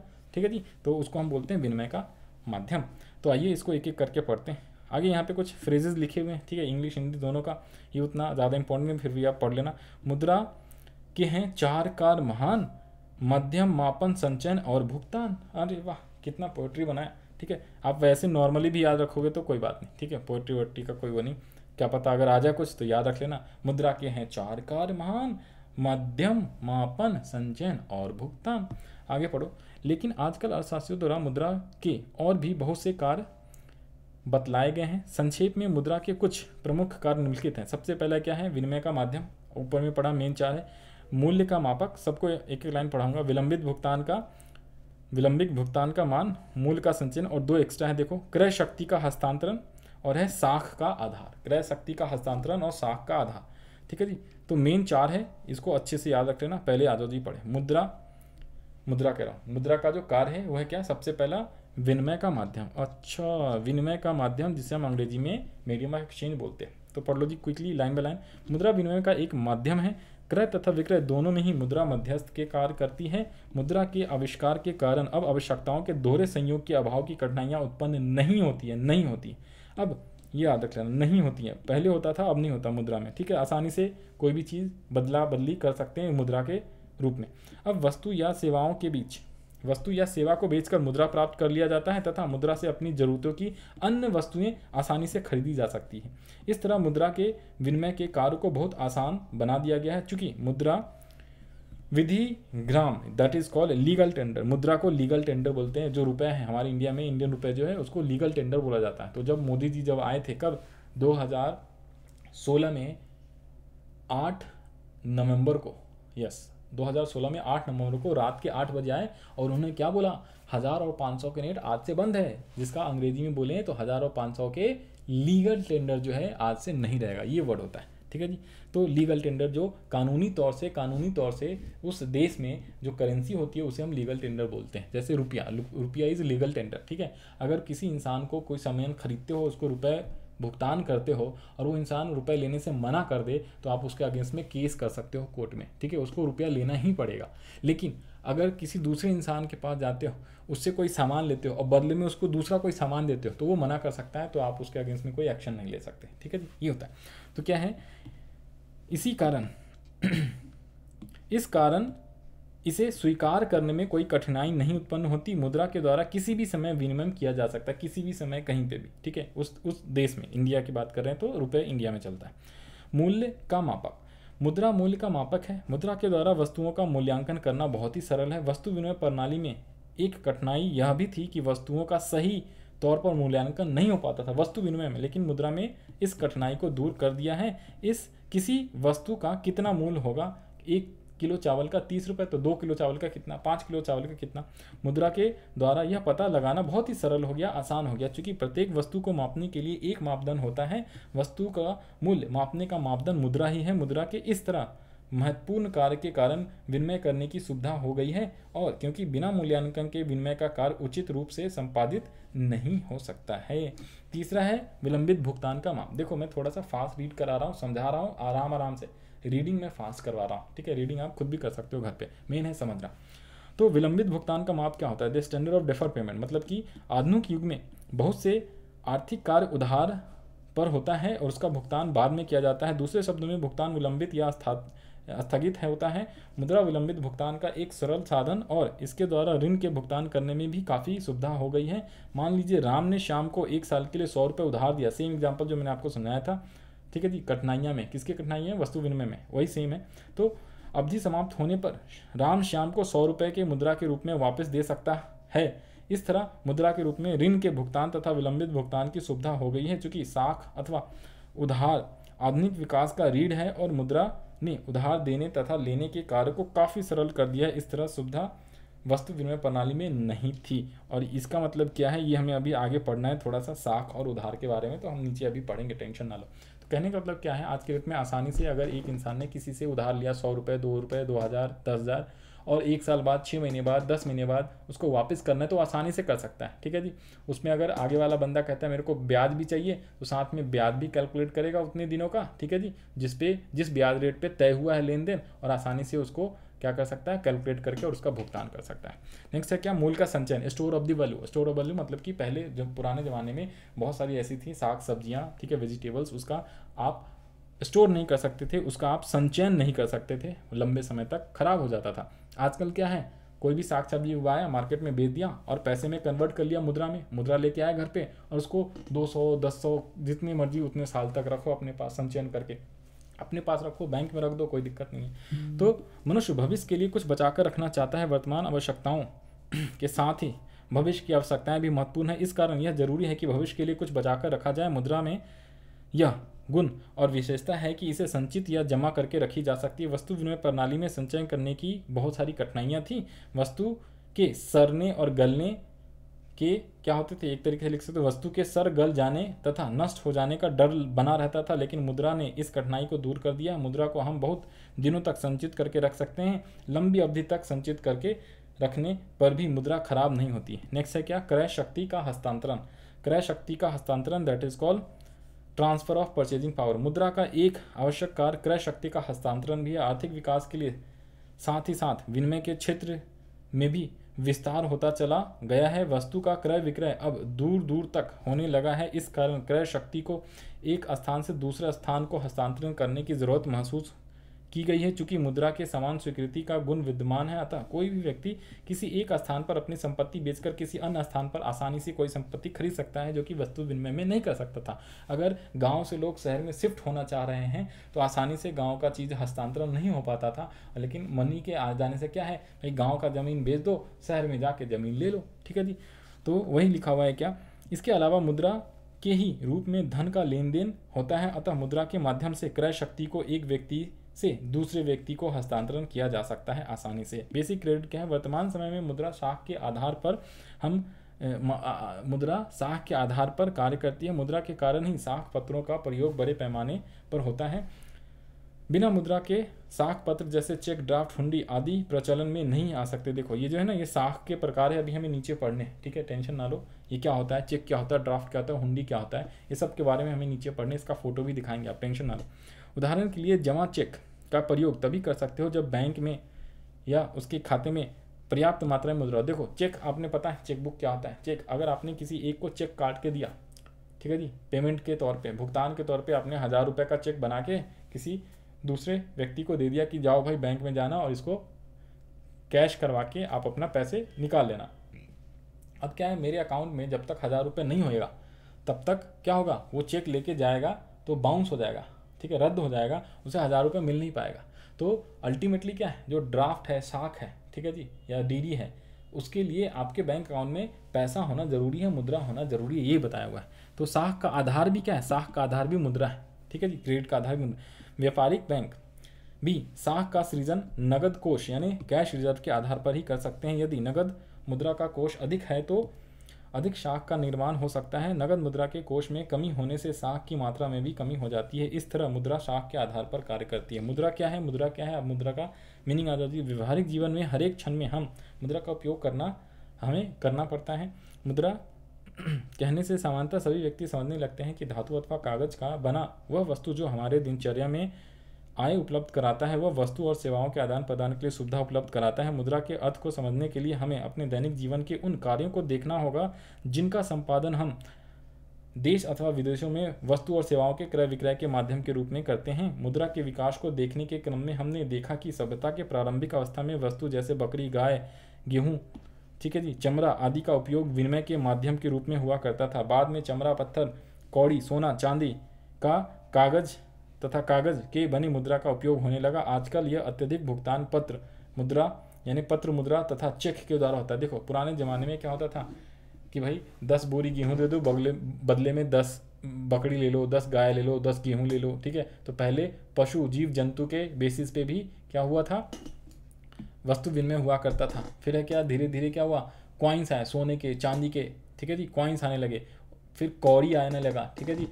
उसके अलावा जो है फिर उसके बाद कागज़ के नोट आ गए, कौड़ी वौड़ी के बाद, जो आजकल भी कागज़ के नोट चलते हैं। फिर प्लास्टिक मनी आ गया, उस सब के बारे में अभी पढ़ना है, नीचे देखना, अभी आएगा, टेंशन ना लो।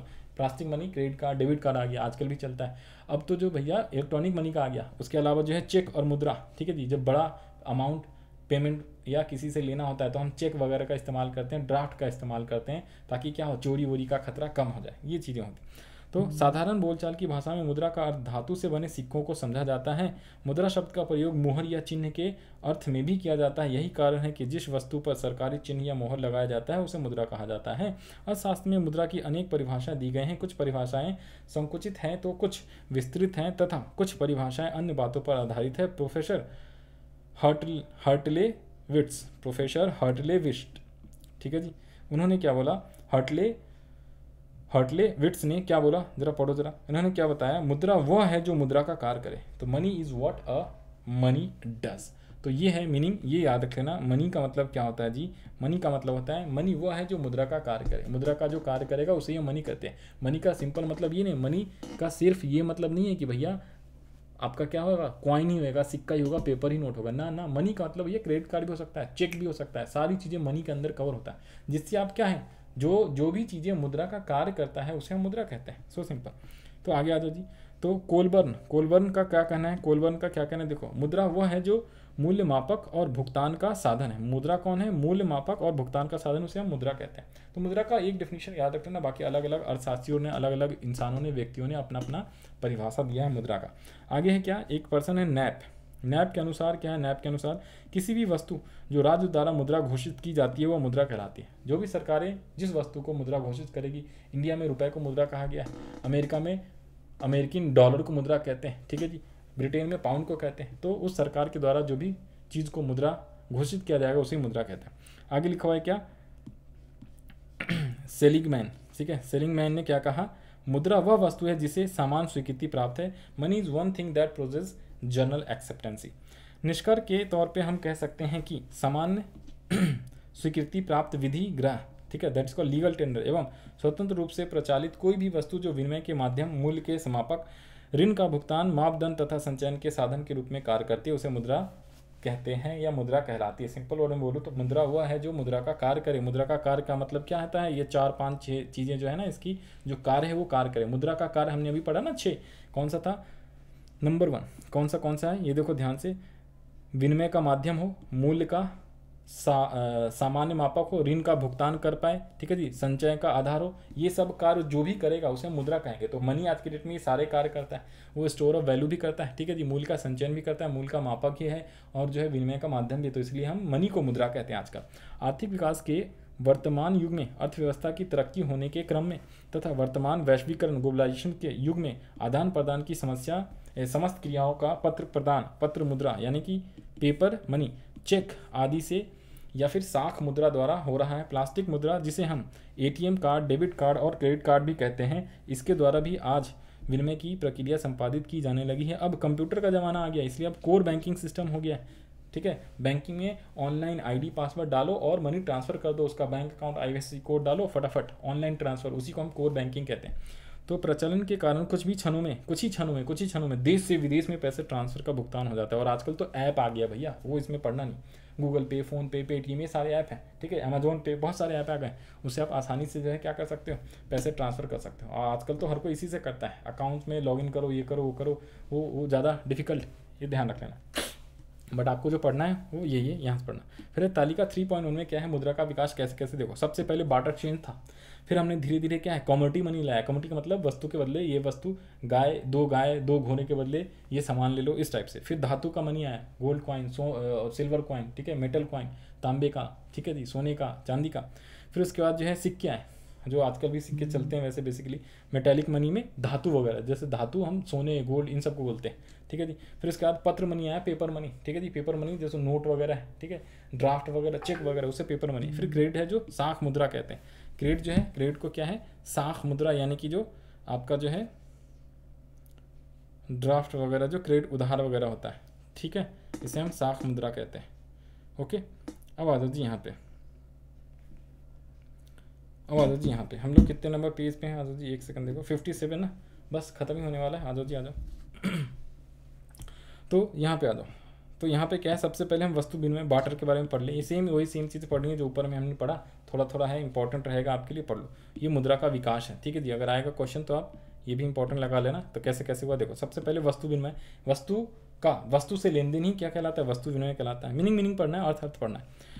वस्तु मुद्रा क्या कहलाते हैं, कॉम्पिटिटिव मनी। प्रारंभिक काल में किसी भी एक वस्तु को मुद्रा के कार्य संपन्न करने के लिए चुन लिया गया था। जैसे शिकारी युग में, हंटिंग युग में, जब लोग शिकार करके खाना पीना खाते थे, तो उसमें एक खाल, एक चमड़ा, समझ रहे हो। पशुपालन युग जो है में कोई भी पशु जैसे गाय, बकरी, तथा कृषि युग में अनाज जैसे कपड़ा, गेहूं आदि को मुद्रा के रूप में कार्य संपन्न करने के लिए चुना गया था, और इसे ही मुद्रा के रूप में प्रयोग किया जाता था। जब शिकारी लोग हुआ करते थे, हंटर लोग, तो उस समय चमड़ा था, हंटर लोग चमड़े का यूज़ करते थे मुद्रा के रूप में, कि भाई कोई सामान लेना है तो एक चमड़े की खाल ले लो, 2 चमड़े की खाल ले लो। फिर जब पशुपालन युग आया तो उसमें जो हम लोग गाय, बकरी को मान के कोई भी सामान का आदान प्रदान करते थे।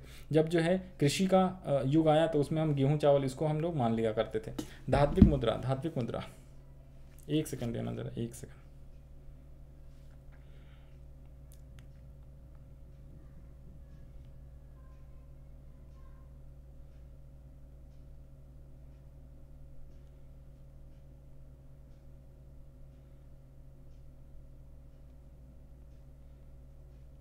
हाँ जी, तो आ जाओ यहाँ पे। तो वस्तु मुद्रा द्वारा जो है वस्तु विनिमय करने के अनेक कठिनाइयों का सामना करना पड़ता था। अब धातु का प्रयोग मुद्रा के रूप में होने लगा। मुद्रा जो पीतल तथा तांबी इत्यादि के धातुओं से बना होता था, उसे हम धात्विक मुद्रा कहते हैं, ठीक है जी। तांबा और पीतल, इवन सोना चांदी भी इसमें आप लिख सकते हो, ठीक है जी। इसके अलावा क्या, सिक्के कॉइन जो आजकल चलते हैं ना। धातु मुद्रा के प्रयोग में धीरे धीरे कुछ कठिनाइयाँ आने लगी। जैसे मैं एग्जांपल बता दूं, जैसे क्या होता था ना, गोल्ड सिल्वर कॉइन बहुत ज़्यादा ले जाने में और लाने में वो काफ़ी भारी वजनी होता था, तो एक जगह से दूसरे जगह ले जाने में काफ़ी कठिनाइयाँ होती थी। उसके अलावा चोरी होने का भी खतरा रहता था, ठीक है जी। और ड्राफ्ट वगैरह क्या है, वो चोरी नहीं होता, उस पर जिसका नाम लिखोगे भाई साहब दूसरे को मिल जाएगा। चेक, ठीक है ना, चेक पे ना जिसका नाम लिखा उसी को मिलेगा ना, दूसरे कोई भी करेगा तो उसको इस्तेमाल ही नहीं कर सकता।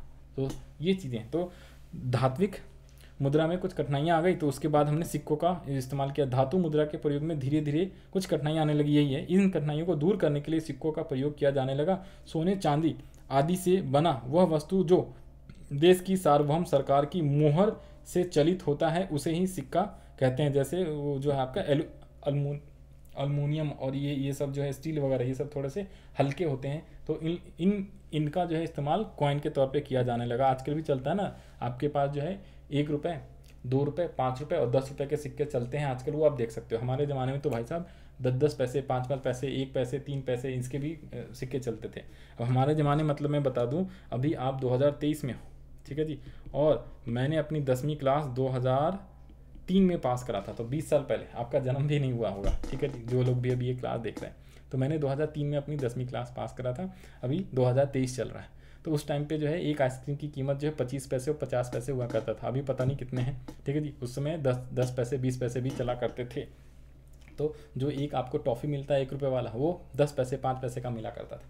खैर, नेक्स्ट आ जाओ जी, पत्र मुद्रा। पत्र मुद्रा का मतलब क्या है, देखो जी, पेपर मनी, ठीक है जी। सिक्का मुद्रा में भी कुछ दोष आने लगा, इन्हें एक स्थान से दूसरे स्थान ले जाने में कठिनाई होती थी, इसलिए पत्र मुद्रा का प्रचलन हुआ। वर्तमान समय में विश्व में प्रायः सभी देशों में पत्र मुद्रा का प्रचलन है, ठीक है, जिसको चेक वगैरह कहते हैं। ये रहा ये चेक, ये तो कागजी नोट है, कागजी नोट और चेक भी आ जाएगा। देश के सरकार तथा देश के केंद्रीय बैंक के द्वारा जो कागज का नोट है प्रचलित किया जाता है उसे पत्र मुद्रा। अच्छा, पत्र मुद्रा मतलब पेपर नोट भाई, पेपर नोट। बाकी जो साख वाला है यहाँ पे ये क्रेडिट मनी आएगा, ठीक है जी, ओके। तो ये लोग पत्र मुद्रा का मतलब कागजी नोट, ठीक है, पेपर मनी, तो उसे पत्र मुद्रा कहते हैं। चूंकि यह कागज का बना होता है इसलिए इसे कागजी मुद्रा भी कहा जाता है। भारत में 1 रुपया के कागजी नोट अथवा सभी सिक्के केंद्र सरकार के वित्त विभाग के द्वारा चलाया जाता है। केंद्र सरकार के वित्त, 1 सेकंड देना मेरे को भाई। हाँ जी, तो हम लोग कहाँ पे थे?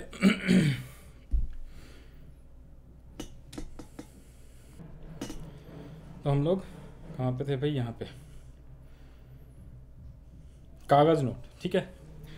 तो देश के सरकार तथा, ये बड़ा इंपॉर्टेंट है, रुको 1 सेकंड।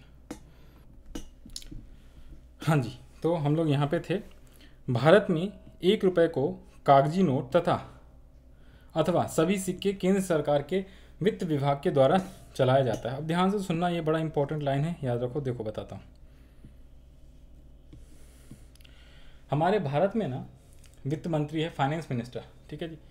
तो ये भारत सरकार का विभाग होता है।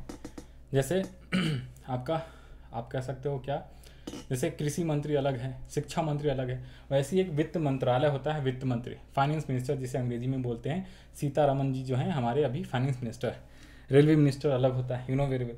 तो देखो, इंडिया में, भारत में जो 1 रुपये का जो सिक्का बोलो, ठीक है जी, या फिर नोट बोलो, 1 रुपये वाला, 1 रुपये वाला, ठीक है जी, 1 रुपये वाले जो है ना, वो चाहे कागजी नोट हो या फिर सिक्के जितने भी हों, जितने भी सभी सिक्के यानी कि 5 रुपये, 2 रुपये, 10 रुपये, 20 रुपये का भी सिक्का।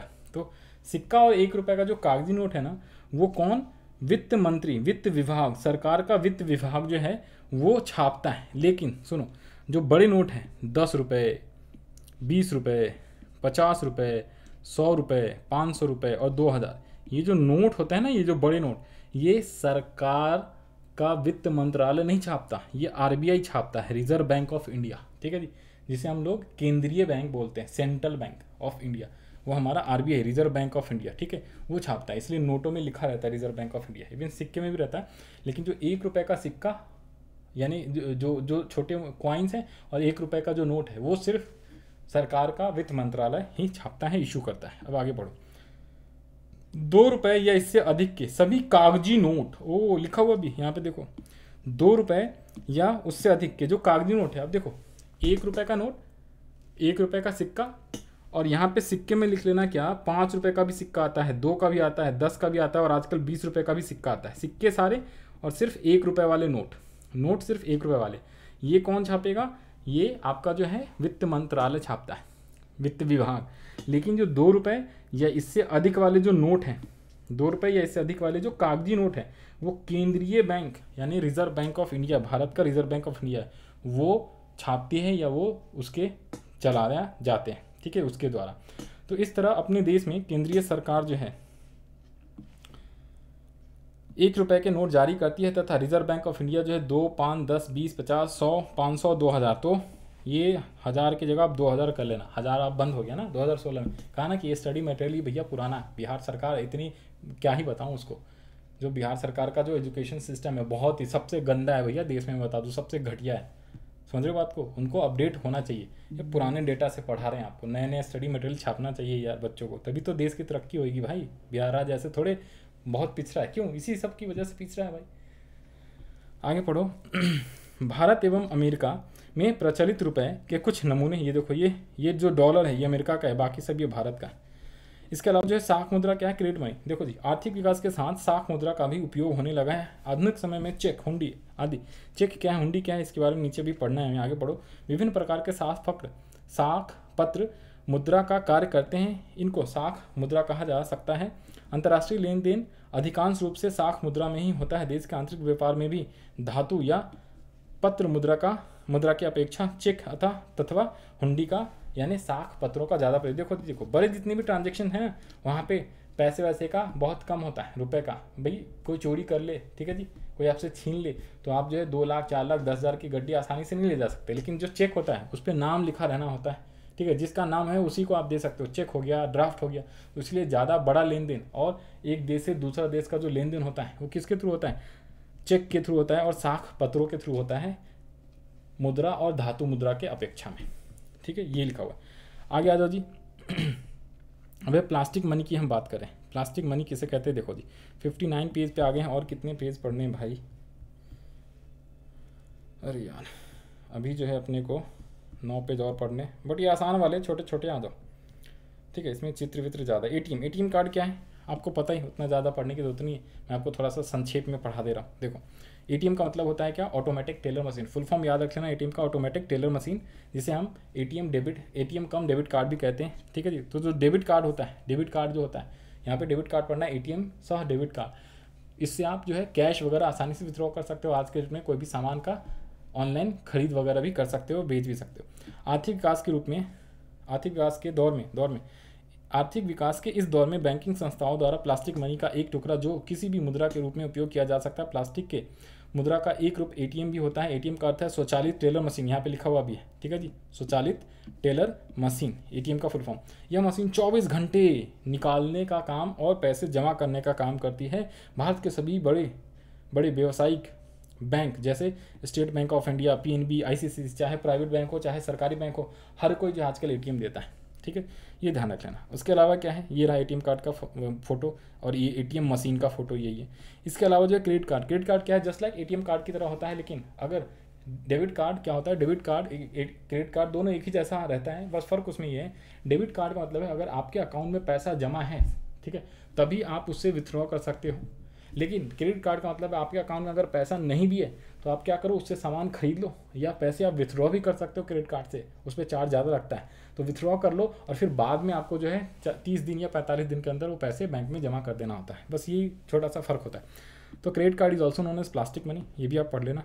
मुद्रा का आर्थिक महत्व क्या है? देखो जी, देखो आधुनिक आर्थिक व्यवस्था में मुद्रा का काफ़ी महत्व है। यदि मुद्रा को वर्तमान समाज से हटा दिया जाए तो हमारी सारी अर्थव्यवस्था अस्त व्यस्त हो जाएगी। यदि मुद्रा न होती तो विश्व के विभिन्न देशों में इतनी आर्थिक प्रगति भी संभव नहीं होती, चाहे पूंजीवादी अर्थव्यवस्था हो, चाहे समाजवादी हो, चाहे मिश्रित अर्थव्यवस्था हो। 3 तरह का अर्थव्यवस्था होता है, हमने चैप्टर नंबर 1 अध्याय 1 में पढ़ा था, ठीक है जी। पूंजीवादी, समाजवादी और मिश्रित, सोशलिस्ट, कैपिटलिस्ट और मिक्स्ड, यानी पहले कैपिटलिस्ट फिर सोशलिस्ट फिर मिक्स। तो सभी में मुद्रा आर्थिक विकास के मार्ग में बहुत महत्वपूर्ण भूमिका अदा करता है। मुद्रा के आर्थिक महत्व के बारे में प्रसिद्ध अर्थशास्त्री टेस्क्रोट, ठीक है जी, टेस्क्रोट ने कहा है कि यदि मुद्रा हमारी अर्थव्यवस्था का हृदय नहीं तो रक्त स्रोत तो अवश्य ही है। ये हमने पहले ऊपर में भी लाइन ये पढ़ लिया है, तो ये हाईलाइट करके रख लेना, क्वेश्चन आ सकता है। आज का आर्थिक जगत मुद्रा के बिना एक क्षण भी जीवित नहीं रह सकता। इसलिए प्रोफेसर मार्शल यानी अल्फ्रेड मार्शल ने मुद्रा वह धुरी है जिसके चारों तरफ संपूर्ण आर्थिक विज्ञान चक्कर काटते रहता है, ठीक है जी। तो मुद्रा के महत्व पर प्रकाश डालने के लिए क्राउथर ने कहा है कि ज्ञान की प्रत्येक शाख की अपनी अपनी मूल्य खोज होती है। इस जैसे यंत्र शास्त्र में चक, विज्ञान में अग्नि, राजनीतिक शास्त्र में वोट, ठीक इसी, अच्छा ये तो सेम ही, ये तो हमने पढ़ा ना ऊपर में भी, ये सेम चीज़ें ऊपर में भी पढ़ा था, ठीक है जी। तो उसी प्रकार जो है यहाँ पे राजनीतिक शास्त्र में वोट, तो ठीक इसी प्रकार मनुष्य के आर्थिक एवं व्यावसायिक जीवन में मुद्रा सर्वाधिक उपयोगी आविष्कार है, जिस पर संपूर्ण व्यवस्था ही आधारित है। वास्तव में मुद्रा मानव का एक महत्वपूर्ण आविष्कार है। अंग्रेजी में निम्न पंक्तियां हैं, money money money, brighter then sunshine and sweeter than Honey. मुद्रा मुद्रा मुद्रा, सूर्य के प्रकाश से भी अधिक चमकीला, अन्न मधु से भी अधिक मीठा। तो इसे हम आप क्या बोलते हो, मनी। उसके बाद अतः स्पष्ट है कि आधुनिक जीवन प्रयोग दिशा में मुद्रा के द्वारा प्रभावित होता है। प्रोफेसर पिगू ने यह कहा है कि आधुनिक विश्व, किसने कहा है, प्रोफेसर पिगू ने, आधुनिक विश्व में उद्योग मुद्रा रूपी वस्त्र धारण किए हुए। तो जो भी उद्योग है वो मुद्रा रूपी वस्त्र धारण किए। उद्योग सारे जितने भी है ना, वो वस्त्र धारण किसका किया हुआ, मुद्रा का। मुद्रा के बिना कोई उद्योग संभव नहीं आज के डेट में, ठीक है जी। तो ये ध्यान रख लेना। अब हमें पढ़ना है मुद्रा का लाभ। ये सेम वही लाभ है, ठीक है जी।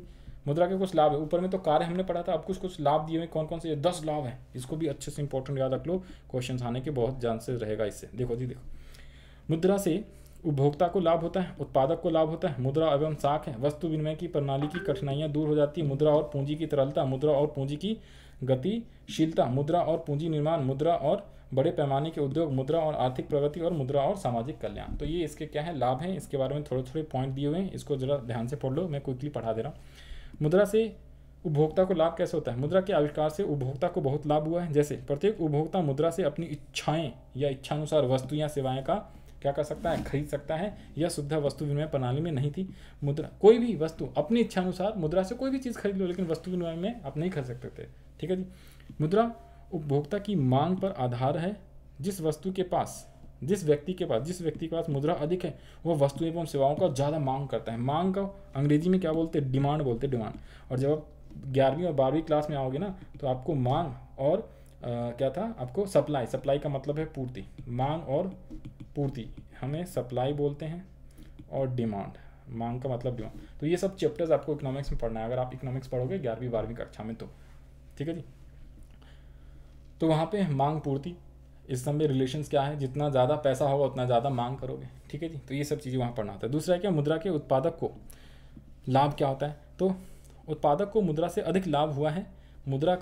मुद्रा की सहायता से उन्हें उत्पादन के साधनों की आवश्यकता मात्र जुटाने में, कच्चे माल खरीदने में तथा संचित रखने के साथ साथ समय समय पर पूंजी की उधार प्राप्ति करने में सहायता मिलती है। वो जो लोग उत्पादन करते हैं, जैसे किसान हो गया, जो फैक्ट्री वाले लोग हैं, उद्यमी लोग जो हैं, ठीक है जी, कंपनी वाले लोग हैं, उनको भी बहुत तरीके का लाभ हुआ है मुद्रा से। क्या क्या लाभ हुआ है, जैसे उनको कोई कच्चा मटेरियल लाना है, और कोई जो है पक्का सामान बनाना है, रॉ मटेरियल खरीद के फिनिश गुड्स बनाना है, या फिर उनको कोई उधार पे लोन चाहिए, ठीक है। तो इन सब में मुद्रा से काफ़ी हेल्प हुआ है, उससे आसानी से वापस चुका सकते हैं, ठीक है। और कहीं से भी आसानी से सामान खरीद सकते हैं, रॉ मटेरियल खरीद सकते हैं, उसको आसानी से संचय भी कर सकते हैं।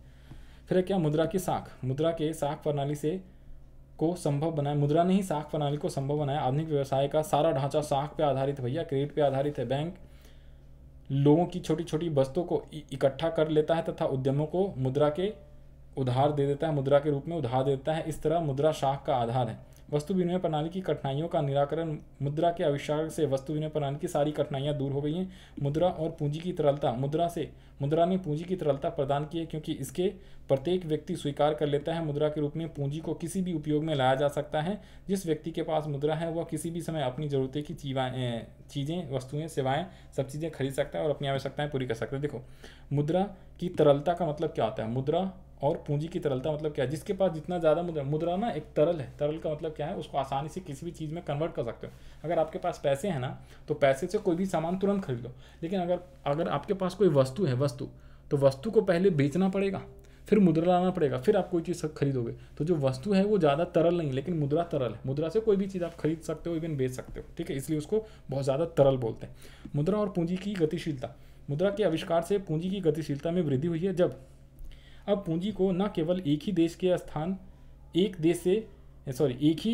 में एक स्थान से दूसरे स्थान में भेजा जा सकता है, बल्कि एक देश से दूसरे देश में भी इसका हस्तांतरण संभव है। पहले बड़ा मुश्किल होता था, एक देश से दूसरे, जितना ज़्यादा दूर ले जाओगे अगर वस्तु विनिमय में, उतनी ज़्यादा कठिनाइयाँ होती थी एक जगह से दूसरी जगह ले जाने में।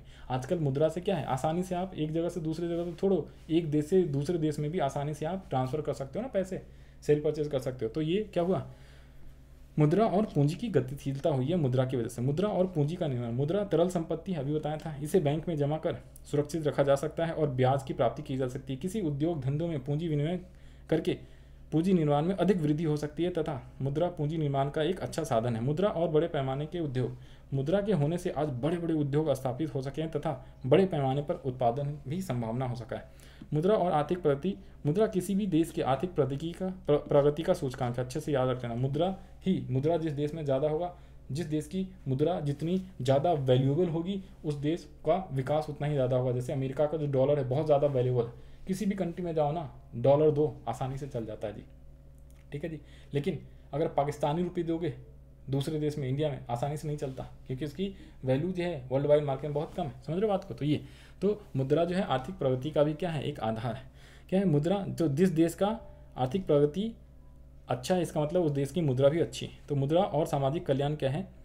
मुद्रा द्वारा किसी भी देश में राष्ट्रीय आय तथा प्रति व्यक्ति आय की माप हो सकती है। यदि प्रति व्यक्ति आय बढ़ती है तो देश के आर्थिक कल्याण में अग्रसर होता है। मुद्रा द्वारा सामाजिक कल्याण को मापा जा सकता है। मुद्रा के उपरोक्त लाभों के अध्याय से यह स्पष्ट हो जाता है कि आर्थिक जीवन में मुद्रा का कितना महत्व है।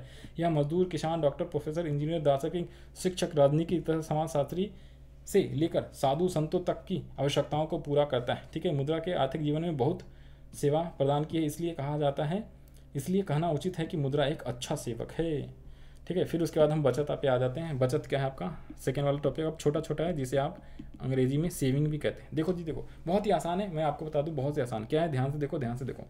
अगर मैं बोलूँ सेविंग की बात करूँ यानी बचत की बात करूँ, बचत मतलब क्या? देखो जी, अगर ये कोई एक इंसान है मिस्टर ए का आय जो है, आय हमने चैप्टर 2 में पढ़ा है ना, अध्याय 2 में आय का मतलब क्या होता है?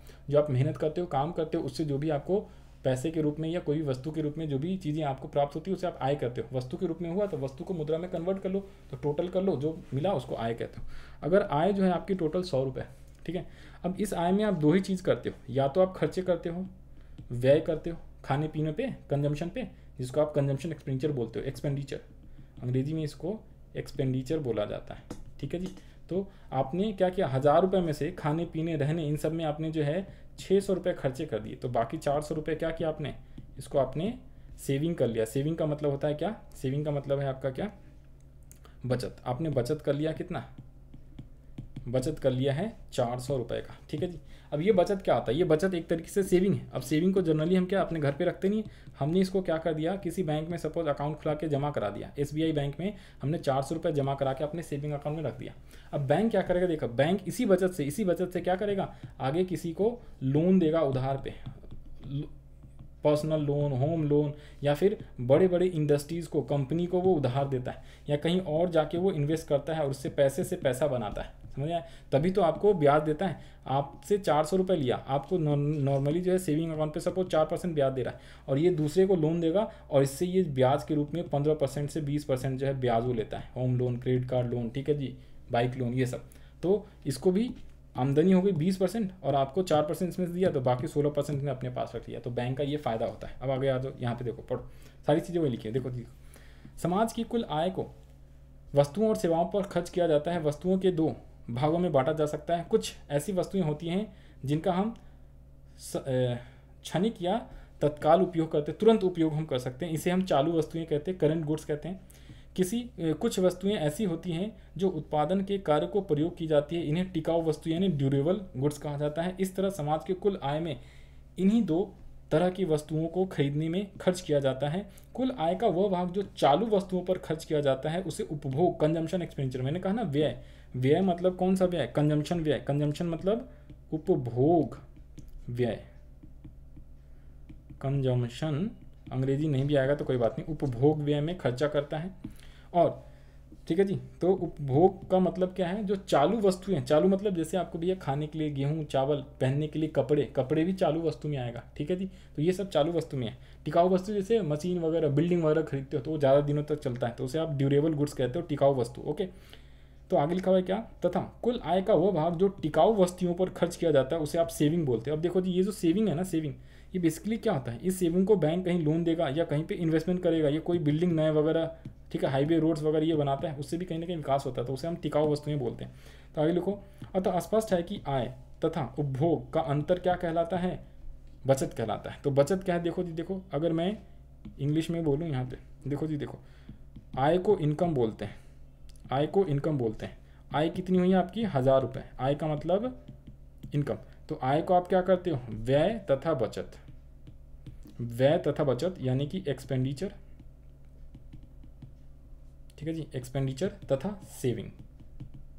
तो अगर आपका व्यय है 600 तो बचत कितना है 400, तो ये आप फार्मूला याद रख लेना, income equals to saving plus investment. तो आय बराबर क्या है, व्यय तथा बचत। तो अगर आपको बचत निकालना है, बचत निकालना है, सेविंग ना, सेविंग के बारे में हम पढ़ रहे हैं, सेविंग अगर आपको चाहिए तो आप क्या करोगे, जो है अगर आपको बचत चाहिए बचत, तो ये जो व्यय है इसको राइट से लेफ्ट हैंड लिया, इधर पे प्लस वाला है तो इधर पे माइनस आ जाएगा मैथमेटिकली, ठीक है जी। तो आप क्या करोगे, एक काम करो, इसको ऐसे लिख देता हूँ ना, ये यहाँ पे लिख दिया मैंने, सुनना जी। तो यहाँ पे क्या था, आय माइनस क्या होगा, व्यय, यानी कि इनकम माइनस एक्सपेंडिचर,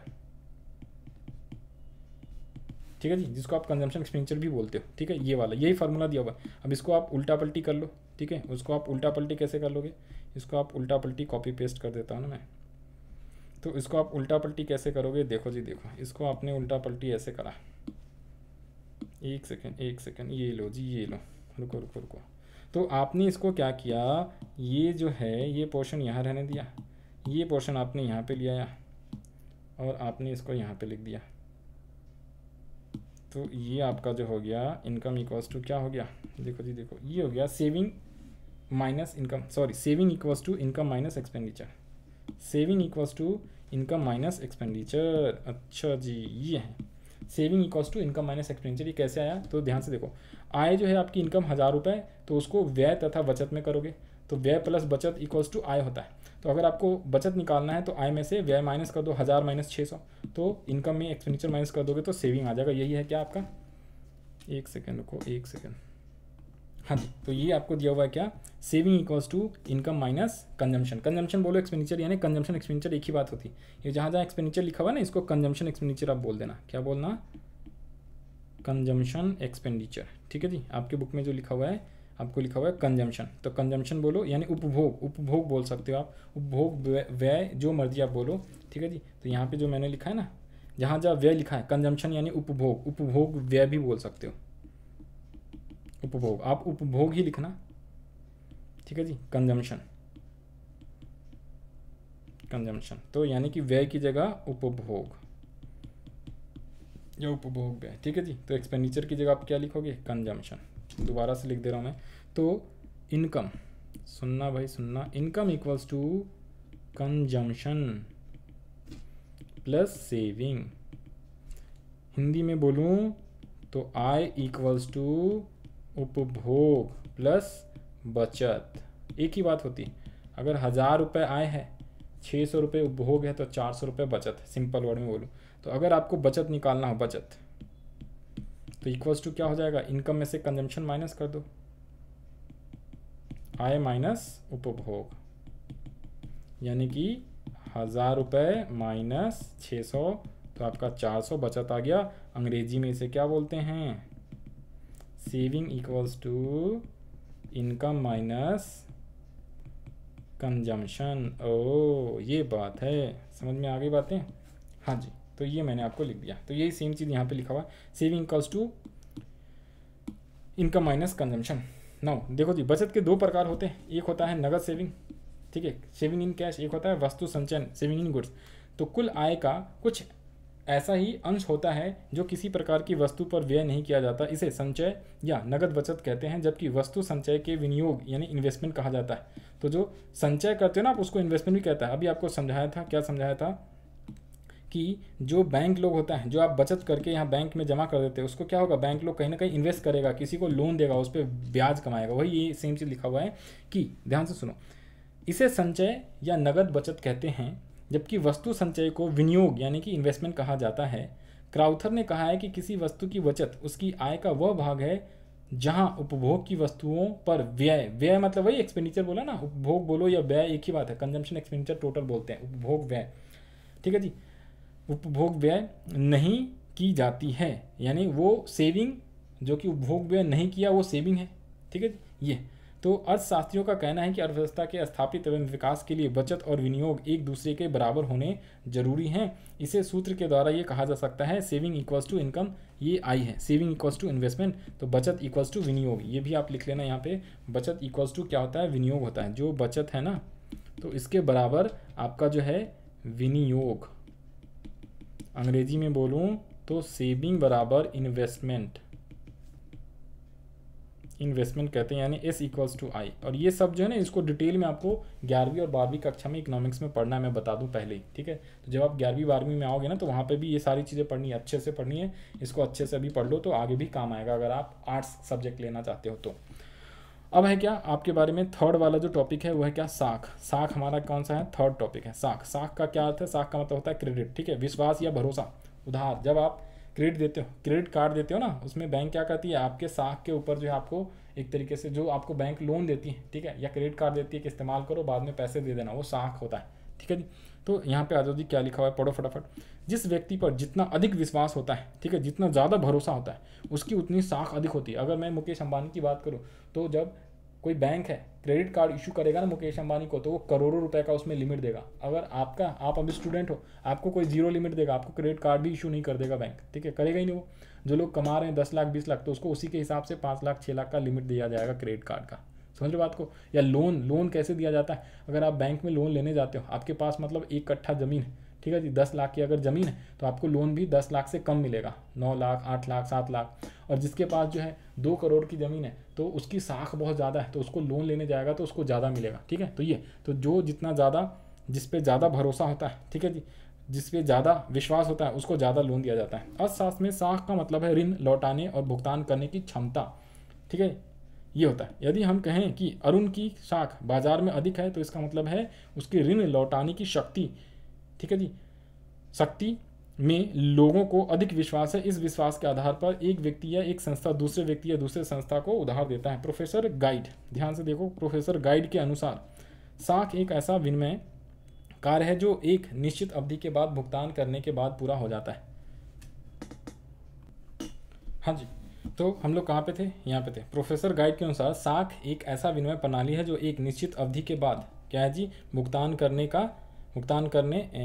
करके बाद पूरा किया जाता है। मतलब कि एक साख एक ऐसा विनिमय कार्य है जो एक निश्चित अवधि के बाद भुगतान करने के बाद पूरा हो जाता है, ठीक है जी। आपने किसी से उधार लिया, लोन लिया, और 1 महीने 2 महीने बाद जितने महीने का आपने जितने साल का उधार लिया उस समय पे अगर आप उसको पैसे वापस कर देते हो तो साख क्या हो जाएगा, खत्म हो जाएगा, यानी साख कंप्लीट हो जाएगा। कहने का मतलब ये तो लिखा हुआ है credit is an exchange with is completely after expiry of certain period of time after payment. साख में 2 पक्ष होते हैं, एक ऋणदाता और एक होता है ऋणी, क्रेडिटर्स और डेटर। क्रेडिटर्स और डेटर जब आप कॉमर्स लोगे 10वीं के बाद अकाउंट्स पढ़ोगे तो वहाँ पे क्रेडिटर डेटर का मतलब अच्छे से समझ में आ जाएगा। अब बाकी यहाँ पे मैं आपको समझा देता हूँ, ध्यान से सुनो। देखो जी, देखो यहाँ पे है जी, मान लो कोई ये पर्सन ए है, ये पर्सन मिस्टर बी, ये है ए और ये है बी। ए क्या किया, ए ने इसको लोन दिया, ए ने उधार दिया है किसको, बी को 10,000 रुपये। तो इसमें जो क्या है, ए जो है ये कौन है, ए है क्रेडिटर, और बी कौन है, डेटर्स। अच्छा, यानी कि हिंदी बोलूँ तो ऋणदाता और ऋणी। तो ये लो जी, ये है क्या, ये है ऋणी और ये है ऋणदाता। अच्छा, ये बात है, जो पैसे उधार पे देता है उसे ऋणदाता, ऋण देने वाला ऋणदाता, और जिसने ऋण लिया है वो ऋणी है, कर्जदार है, ठीक है जी। फिर है क्या, आगे पढ़ो। ऋणदाता ऋणी को कुछ वस्तुएं या धन उधार देता है, ठीक है जी, जिसका तत्कालीन भुगतान उसे प्राप्त नहीं होता है। यह काम विश्वास के आधार पर होता है, तत्कालीन नहीं होगा, फ्यूचर में 2 महीने 4 महीने जितने दिन के लिए उसके बाद होगा। रुपयों की जो राशि उधार ली जाती है उसका भुगतान कुछ समय बाद दिया जाता है। जो वस्तुएं एवं सेवाएं उधार ली जाती हैं उसका भी भुगतान इसी प्रकार कुछ समय बाद दिया जाता है। चूंकि साख का आधार क्या है, ऋणी पर विश्वास या भरोसा था, बिना विश्वास और भरोसे के उधार लेन देन नहीं हो पाएगा। इसी तरह यह स्पष्ट है कि किसी दिए हुए समय में ऋणी रुपए, सेवाएं, वस्तुएं साख का आधार पर प्राप्त करता है और एक निश्चित अवधि के बाद उतनी ही मुद्रा ब्याज के सहित विद इंटरेस्ट उसे लौटाना पड़ता है। क्योंकि मौद्रिक प्रणाली में भैया उधार लोगे तो इंटरेस्ट के साथ वापस करोगे, ठीक है। वस्तु विनिमय में बड़ा दिक्कत होता था, कितने वस्तु के बदले कितने वस्तु फ्यूचर में यानी कि जो है आपका भविष्य में दिया जाए, ये बड़ा दिक्कत आता था। अब क्या साख का आधार क्या है? साख का आधार बड़ा ही इंपॉर्टेंट रहेगा, ये याद रख लेना आप, इंपॉर्टेंट, वेरी वेरी इंपॉर्टेंट। साख का आधार, तो मुख्य आधार निम्न है, एक तो है विश्वास और एक है आपका चरित्र। एक है विश्वास, एक है चरित्र, फिर है चुकाने की क्षमता, पूंजी एवं संपत्ति, ऋण की अवधि। ठीक है जी, तो ये 5 आपके क्या हैं, 5 क्या है, आधार है। तो उधार किसके बेसिस पे दिया जाता है? उधार का मुख्य जो आधार होता है, यानी साख का जो मुख्य आधार होता है वो क्या क्या है? एक तो विश्वास, जिस पे जितना ज़्यादा भरोसा होगा उसको उतना ज़्यादा लोन मिल सकता है। तो साख एक मुख्य आधार विश्वास है। साख देने वाला यह ऋणदाता उधार देने वाला भी तैयार होता है जब उसे विश्वास होता है कि जो ऋणी है समय पर पैसा वापस लौटा देगा। गांव देहात में अगर मैं बोलूँ, अगर आपसे कोई लोन लेने आता है, कर्ज लेने आता है, तो आप कर्ज कैसे देते हो? उसको चेक करते हो, ये विश्वासी बंदा है कि नहीं, ठीक है, ये विश्वासी बंदा है कि नहीं, कल को वापस करेगा कि नहीं करेगा, भाग तो नहीं जाएगा, ठीक है, तभी आप उसको लोन देते हो, नहीं तो नहीं देते हो। नेक्स्ट है क्या? चरित्र। आप देखते हो कि उसमें उसका चरित्र कैसा है, ठीक है, वो ठीक ठाक सज्जन व्यक्ति है कि नहीं, ठीक है, या फिर वो सज्जन व्यक्ति नहीं है, हमेशा जो है लड़ते झगड़ते रहता है किसी से, ठीक है जी, पैसे ले होके एक दो का भाग गया है, तो उसका चरित्र अगर अच्छा नहीं है गांव देहात में तो उसे आप लोन नहीं दोगे। तो साख के लिए चरित्र का अच्छा होना भी क्या है, मायने रखता है। तो ऋणी का चरित्र भी उसकी साख पर एक महत्वपूर्ण आधार होता है। यदि ऋणी चरित्रवान ईमानदार है तो उन्हें ऋण मिलने में दिक्कत नहीं होती है। दूसरी ओर चरित्रहीन व्यक्ति को साख की कमी होती है और उसे कोई भी ऋण देने को तैयार नहीं होता है। चुकाने की क्षमता, देखो अगर मान लो हमने देखा कोई व्यक्ति है गांव देहात में या कहीं भी शहरों में, ठीक है, वो समय समय पे पैसे वापस दे देता है, ब्याज देते रहता है, तो आपको उसकी साख बढ़ते चली जाती है, तो आप उसे लोन भी अधिक देते हो या लोन आप आसानी से दे देते हो। लेकिन जो लोग एक बार लोन लिया और उसने चुका नहीं पाया तो उसको आप फिर लोन नहीं देते, उसकी साख खराब हो जाती। चुकाने की क्षमता, ठीक है जी, व्यक्ति का भुगतान करने की क्षमता या योग्यता भी उसकी साख को प्रभावित करती है। ऋणदाता किसी भी व्यक्ति को उधार तब देता है जब उसे उस व्यक्ति के भुगतान करने की क्षमता पर पूरा विश्वास हो। इस तरह किसी व्यक्ति की साख उस व्यक्ति के भुगतान करने की क्षमता पर भी निर्भर करती है। पूंजी तथा संपत्ति, देखो जिस व्यक्ति के पास ज़्यादा पूंजी संपत्ति हैगा, जिसके पास ज़्यादा खेत है, ज़्यादा बड़े मकान है, ठीक है जी, तो उसकी साख ज़्यादा होती है, उसे ज़्यादा ऋण दिया जा सकता है ताकि उससे हम बाद में रिकवर करें। बैंक जो है क्या करता है, जिसके पास ज़्यादा वैल्यू की प्रॉपर्टी है उसको ज़्यादा ऋण देगा। जैसे अगर आपके पास 2 कट्ठा ज़मीन 10 लाख रुपए कट्ठा है तो 20 लाख का आपके पास 2 कट्ठा ज़मीन, अगर आप लोन लेने जाओगे ज़मीन पे, ठीक है जी, तो ज़मीन का पेपर 20 लाख का रखोगे तो आपको 15 लाख 16 लाख 17 लाख तक लोन दे देगा बैंक। लेकिन जिसके पास आधा कट्ठा ही ज़मीन है 5 लाख का, वो लोन लेने जाएगा 20 लाख का, तो बैंक उसे देगा नहीं, वो कहेगा 5 लाख से कम ही दूंगा भैया, क्योंकि तेरी साख कम है। तो पूंजी संपत्ति जिसकी ज़्यादा है, ऋणदाता पूंजी तथा संपत्ति की जमानत के आधार पर भी ऋण देता है। ऋणदाता मतलब बैंक भी नॉर्मली तो बैंक ऋण देता है ना, गांव में देहातों में लोग भी ऋण देते हैं, ठीक है जी। तो कोई भी ऋण देने वाला जो है, ऋणदाता जो है वो क्या होता है, वो ऋणी का मेनली संपत्ति देखता है। अतः जिस व्यक्ति के पास जितनी अधिक पूंजी अथवा संपत्ति होती है उसे उतना ही अधिक ऋण मिल सकता है। ऋण की अवधि क्या है, देखो जी, ऋण की अवधि का प्रभाव भी साख पर पड़ता है। ऋण की अवधि दीर्घकालीन या मतलब तुरंत कम ऋण वाला। दीर्घकालीन ऋण देने से घबराते हैं क्योंकि उन्हें संदेह है कि दीर्घकाल में ऋणी की क्षमता, चरित्र, आर्थिक स्थिति में परिवर्तन हो जाए, इसलिए ऋणदाता अल्पकालीन ऋण देते हैं। अल्पकालीन ज़्यादा ऋण देना पसंद करते हैं, दीर्घकालीन कम। देखो किसी को भी हम जब लोन उधारी ऋण देते हैं, चाहे बैंक ही क्यों ना, तो उसको कम समय के लिए ऋण तुरंत दे जाता है। लंबे समय में क्या होगा, कल को भाग जाए, कल को मुकर जाए, ना दे, ठीक है जी, तो लंबे समय में क्या हो, ऋण देने से हर कोई कतराता है, लेकिन अल्प अवधि का ऋण जो है आसानी से हर कोई दे देता है, ठीक है जी। तो ये था आपके क्या, साख का आधार। अब हमें पढ़ना है साख पत्र। साख पत्र क्या होता है, ध्यान से देखो जी, साख पत्र, ठीक है जी, साख पत्र। साख पत्र से हमारा मतलब है उन संसाधनों से जिनका उपयोग साख मुद्रा के रूप में किया जाता है। एग्जाम्पल के तौर पे चेक, हुंडी, ये सारी चीज़ें, ड्राफ्ट, ये सब होते हैं, ठीक है जी। ये लीगल टेंडर नहीं होता। लीगल टेंडर का मतलब रुपए नोट। लीगल टेंडर किसे कहते हैं, रुपए नोट, जिसको हर कोई एक्सेप्ट करेगा ही करेगा। अगर आप कोई सामान खरीदने जाओगे, उसको पैसे दोगे तो वो लेना ही पड़ेगा उसको। अगर मना करेगा तो आप उसके अगेंस्ट में केस कर सकते हो। लेकिन अगर कल को किसी दूसरे इंसान के पास जाते हो, आप कहते हो साहब मेरे को 2 बिस्किट का पैकेट दे दो, और आप उसको चेक काट के दे रहे हो, ठीक है जी, आप उसको ड्राफ्ट दे रहे हो, ठीक है जी, तो वो लेने से मना भी कर सकता है, ठीक है जी। वो कहेगा नहीं भाई, नहीं, मेरे को पैसे में दो, कैश में दो, ठीक है जी, तो लेने से मना कर सकता है, उसमें आप केस नहीं कर सकते, ठीक है जी। तो वो क्या होता है, आपस म्यूचुअल अंडरस्टैंडिंग होती है ना, एक व्यक्ति दूसरे व्यक्ति पे भरोसा रखता है तो ही आप साख या फिर साख पत्र दे सकते हो, ठीक है जी। तो साख पत्र की बात हम कर रहे हैं, यानी कि जो लीगल टेंडर नहीं। तो मुद्रा एवं साख पत्रों में एक प्रमुख अंतर यह है कि मुद्रा कानूनी यानी लीगल टेंडर होता है, जबकि साख पत्र की कानूनी मान्यता प्राप्त नहीं होती है, ठीक है जी। इसकी मानूं, अब इसमें साख पत्र के कितने प्रकार देखो जी, तो ये बहुत ही ज़्यादा इंपॉर्टेंट है। देखो साख पत्र क्या होता है, उसकी कानूनी क्या है आपका मान्यता नहीं है, लेकिन रुपए वगैरह मुद्रा का कानूनी क्या होता है मान्यता होता है। साख के प्रकार क्या है, बहुत ही ज़्यादा इंपॉर्टेंट। पहला है चेक, विनिमय बिल, बैंक ड्राफ्ट, हुंडी, प्रतिज्ञा पत्र, यात्री चेक, पुस्तकीय साख एंड साख प्रमाण पत्र। ये टोटल 8 है, याद रख लेना, ठीक है। चेक के बारे में आपको पता ही है, चेक क्या होता है। देखो जी आ जाओ, चेक पिक्चर दिखा दूँ, आज पढ़ा देता हूँ 2 लाइन, आप आसानी से लिख सकते हो। चेक ऐसा होता है, इसमें दिख नहीं रहा है, ठीक है जी, तो आपको मैं यहाँ से दिखा देता हूँ। आ जाओ जी आ जाओ, चेक, चेकबुक, तो इमेज पे चले जाओ जी, चेकबुक, चेकबुक ये रहा। तो कैसा होता है, ये रहा, ये सारे चेकबुक के एग्जांपल है। इसमें नाम, अकाउंट पे, ठीक है जी, अमाउंट, डेट, ये सब लिखा होता है। हर बैंक का अपना अपना नाम होता है। बैंक ऑफ इंडिया यहाँ लिखा हुआ है, ठीक है, ICICI बैंक, स्टेट बैंक, तो इस टाइप से चेकबुक हर बैंक का अलग होता है। तो इसे हम बोलते हैं चेकबुक। सिंपल वर्ड में बोलूँ तो ये है चेकबुक। तो क्या है, चेक सबसे अधिक प्रचलित साख पत्र है। सबसे ज़्यादा चेकबुक का ही साख पत्र में जो है प्रचलित है, ठीक है। चेक एक प्रकार का लिखित आदेश है जो बैंक में रुपया जमा करने वाला अपने बैंक को देता है कि उसमें लिखित रकम उसमें लिखित व्यक्ति को दे दी जाए। चित्र 3.7 में चेक का नमूना दिखाया गया है। बैंक ड्राफ्ट क्या है, चेक की तरह ही बैंक ड्राफ्ट होता है। ये क्या होता है, एक बैंक दूसरे बैंक पे लिखता है, ठीक है जी, एक बैंक दूसरे बैंक पे लिखता है। आप क्या करते हो, बैंक में जाते हो, बैंक को सपोज 1000 रुपये दिया और आपने कहा जी बैंक ड्राफ्ट बना दो, मेरे पास अकाउंट नहीं है। तो बैंक जो है वो चेकबुक ही जैसा होता है, उस पर जिसके नाम को आपको 1000 रुपये देने, ठीक है जी, तो उसका नाम लिख देगा और आपको दे देगा, आप उस पर्सन को दे दोगे, फिर वो अपने बैंक अकाउंट में जमा करेगा और पैसे निकाल लेगा। तो आपका बिना बैंक हुए भी आप बैंक ड्राफ्ट बना सकते हो।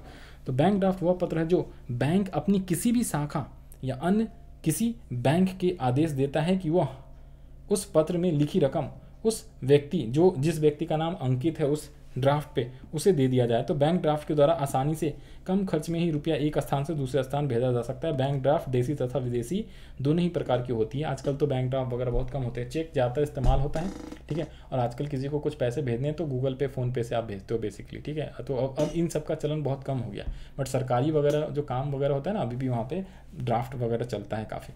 चेक यात्री क्या होता है, यात्री चेक क्या होता है, ट्रैवलर चेक, यात्रियों की सुविधा के लिए यात्री चेक बैंकों द्वारा जारी किए जाते हैं। कोई भी यात्री बैंक में निश्चित रकम जमा कर देने पर यात्री चेक प्राप्त कर सकता है। प्रत्येक यात्री चेक पर एक निश्चित रकम छपी रहती है। यात्री बैंक की किसी भी शाखा में यात्री चेक प्रस्तुत कर मुद्रा की प्राप्ति कर सकता है। इस चेक पर यात्री के हस्तांतरण के नमूने भी अंकित रहते हैं, जिसके चलते कोई दूसरा व्यक्ति रुपया नहीं प्राप्त कर सकता। तो ये भी एक तरीके से उसी चेक टाइप का फॉर्मेट होता है। आप पैसे देते हो एक बैंक में, यात्री चेक लेते हो, किसी और को दे देते हो, ठीक है जी, वो भी जो है दूसरे बैंक से या उसके शाखा से जाके अपना पैसा इनकैश करवा सकता है। प्रतिज्ञा पत्र, ये प्रोमिसरी होता है, ये जनरली बिजनेस वगैरह में काम होता है। एक इंसान किसी दूसरे के इंसान के भरोसे पे एक मान लो एक लेटर चेकबुक टाइप ही होता है, उसमें वो लिख देता है। देखो जी, देखो आपको प्रोमिसरी नोट का भी आपको दिखा देते हैं। प्रोमिसरी नोट, तो प्रोमिसरी नोट इस टाइप से होता है। देखो प्रोमिसरी नोट पेपर का टुकड़ा है, इस पर लिखा रहता है कि आई प्रोमिस टू पे 1000 रुपये ऑन फलाना डेट या after 2 months 3 months to mister Ramesh. अगर मान लो एग्जांपल के तौर पे मैं बोलूँ, इसमें क्या होता है, देखो जी, देखो ध्यान से देखो। एक मैंने कोई लेटर बना दिया, ठीक है, एक मैंने कोई लेटर बना दिया, कैसा जी, एक मैंने कोई लेटर बना दिया, ये रहो, एक मैंने कोई लेटर बना दिया, इसमें लिख दिया मैं कौन, मैं, ठीक है जी, मैं कौन हूँ, तो मैंने इसमें लिख दिया मैं, मान लो राम ने प्रॉमिस करा मोहन को ये डेट है मान लो 4 अप्रैल 2023। तो राम ने मोहन को प्रॉमिस करा अप्रैल में कि भाई आफ्टर 2 मंथ्स या फिर आफ्टर 2 मंथ्स क्या हो जाएगा, 4 जून 2023 को 10,000 रुपये मैं तुम्हें दे दूंगा। फिर यहाँ पे उसके सिग्नेचर हो जाते हैं, ठीक है जी, स्टैम्प पेपर भी इधर पे लग जाता है। तो इसे हम बेसिकली प्रोमिसरी नोट बोलते हैं और प्रोमिसरी भी बोलते हैं, ठीक है जी। तो इसे हम क्या बोलते हैं, इसे हम बोलते हैं प्रतिज्ञा पत्र। उसने प्रतिज्ञा की भाई मैं तेरे पैसे चुका दूंगा, मेरे को अभी पैसे दे दे, मैं 2 महीने बाद चुका दूंगा। तो ये बिजनेस में ज़्यादातर होता है, ये आपसी सहमति से होता है, ठीक है, ये चीज़ें होती। तो एक भी प्रकार का साख पत्र, ये भी एक प्रकार का साख पत्र होता है। इस पत्र में ऋणी की मांग पर एक निश्चित अवधि के बाद उसमें अंकित रकम ब्याज सहित देने का वादा किया जाता है, ब्याज भी दिया जाता है। तो आधुनिक समय में साख तथा साख पत्रों का महत्व काफ़ी बढ़ गया है, क्योंकि बड़े लेन देन जो होते हैं ना, बिजनेसमैन लोग इसी साख पत्र के द्वारा ही करते हैं। सबसे ज़्यादा तो चेक के थ्रू होता है, you know very well. Cash में ट्रांजेक्शन बहुत कम होता है ना, अदरवाइज़ कैश में ज़्यादा ट्रांजेक्शन करोगे तो ब्लैक मनी भी होता है, आपको कानूनी तौर पे जेल भी जाना पड़ सकता है, आपके अगेंस्ट में केस भी कर सकता है कोई भी इंसान।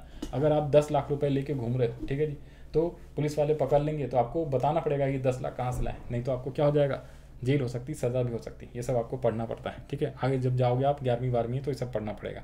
खैर, तो हमने क्या कर लिया, ये अपना चैप्टर नंबर 3 जो है पूरा का पूरा कंप्लीट कर लिया। 3 वाले का चैप्टर का नाम क्या था, मुद्रा बचत साख। हमारे पास जो टाइम हो गया है 1:40 यानी 1 घंटे 40 मिनट हो गए हैं ऑलरेडी, ठीक है जी। तो हमने ये चैप्टर पूरा कंप्लीट कर लिया, लाइन बाय लाइन मैंने आपको रीड करा दिया, एक्सप्लेन करा दिया। तो जिन लोगों को कोई भी डाउट होगा आप डिस्क्रिप्शन में लिख सकते हो, नीचे व्हाट्सअप नंबर भी है, ठीक है जी, उस पर आप व्हाट्सअप करके मैसेज भी कर सकते हो। और अगर आपको ये वीडियो अच्छा लगा हो तो आप अपने दोस्तों में शेयर कर दो, और साथ में और भी किसी चैप्टर्स का क्वेश्चन आंसर वगैरह या फिर कोई भी चैप्टर्स का आपको वीडियो बनाना है, समराइज़ करवाना है, तो आप डिस्क्रिप्शन में लिख सकते हो, मैं आपको एक्सप्लेन करके वीडियो बना दूंगा, जो कि आपके लिए काफ़ी हेल्पफुल रहेगा। और जिन लोग का एग्ज़ाम आने वाला है, एग्ज़ाम की तैयारी कर रहे हैं, उन लोगों के लिए ऑल द बेस्ट। और ये जो मेरा क्लास है, हम लोग का जो क्लास है सेल्फ स्टडी है, आपको इकोनॉमिक सब्जेक्ट का कोई भी ट्यूशन और कोचिंग क्लास लेने की जरूरत नहीं है। आप यहाँ से आराम से पढ़िए, रिवाइज कीजिए, 2 बार 4 बार इसको देखिए, अपने आप आपको सारी चीज़ें समझ में आने लगेगी। हो सकता है जब आप पहली बार देखोगे ना आपको समझ में नहीं आएगी उतनी चीज़ें, दूसरी बार इस वीडियो को देखोगे, तीसरी बार देखोगे तो आपको सारी चीज़ें अच्छे से समझ में आने लगेगा। और क्वेश्चन आंसर की आप घर पर प्रैक्टिस करना। क्वेश्चन आंसर सीरीज भी मैं जल्दी लाऊंगा। बाकी चैप्टर्स का जो है ना, आपका जो डिस्क्रिप्शन में लिंक मैंने दे दिया है, बाकी चैप्टर्स का भी लिंक जो आपको मिल जाएगा, वहाँ से आप उस चैप्टर को पढ़ के रिवाइज कर सकते हो। लाइन बाय लाइन मैंने जो है आपको स्टडी कराया। अब मैं चाहूँ तो आपको समरी वाला वीडियो भी जो है बहुत ही जल्द मैं लॉन्च करके इसमें अपलोड कर दूंगा, ठीक है जी। समरी यानी कि शॉर्ट वाला वीडियो, तुरंत जो है आप आसानी से हेडिंग पढ़ के जो आप अपने चैप्टर को रिवाइज कर सकते हो, दैट कॉल रिवीजन वीडियो। ये हमने पूरा चैप्टर डिटेल वाला वीडियो मैंने आपको पढ़ाया है, ठीक है, इसलिए इसमें थोड़ा सा टाइम ज़्यादा लग रहा है, लंबी क्लासेज है। तो इन सब के साथ जो है all the best to all of you and bye bye, take care. और हम लोग मिलेंगे जो है नेक्स्ट क्लास में, ठीक है जी, नए लेक्चर के साथ, नए चैप्टर के साथ, नए वीडियो के साथ।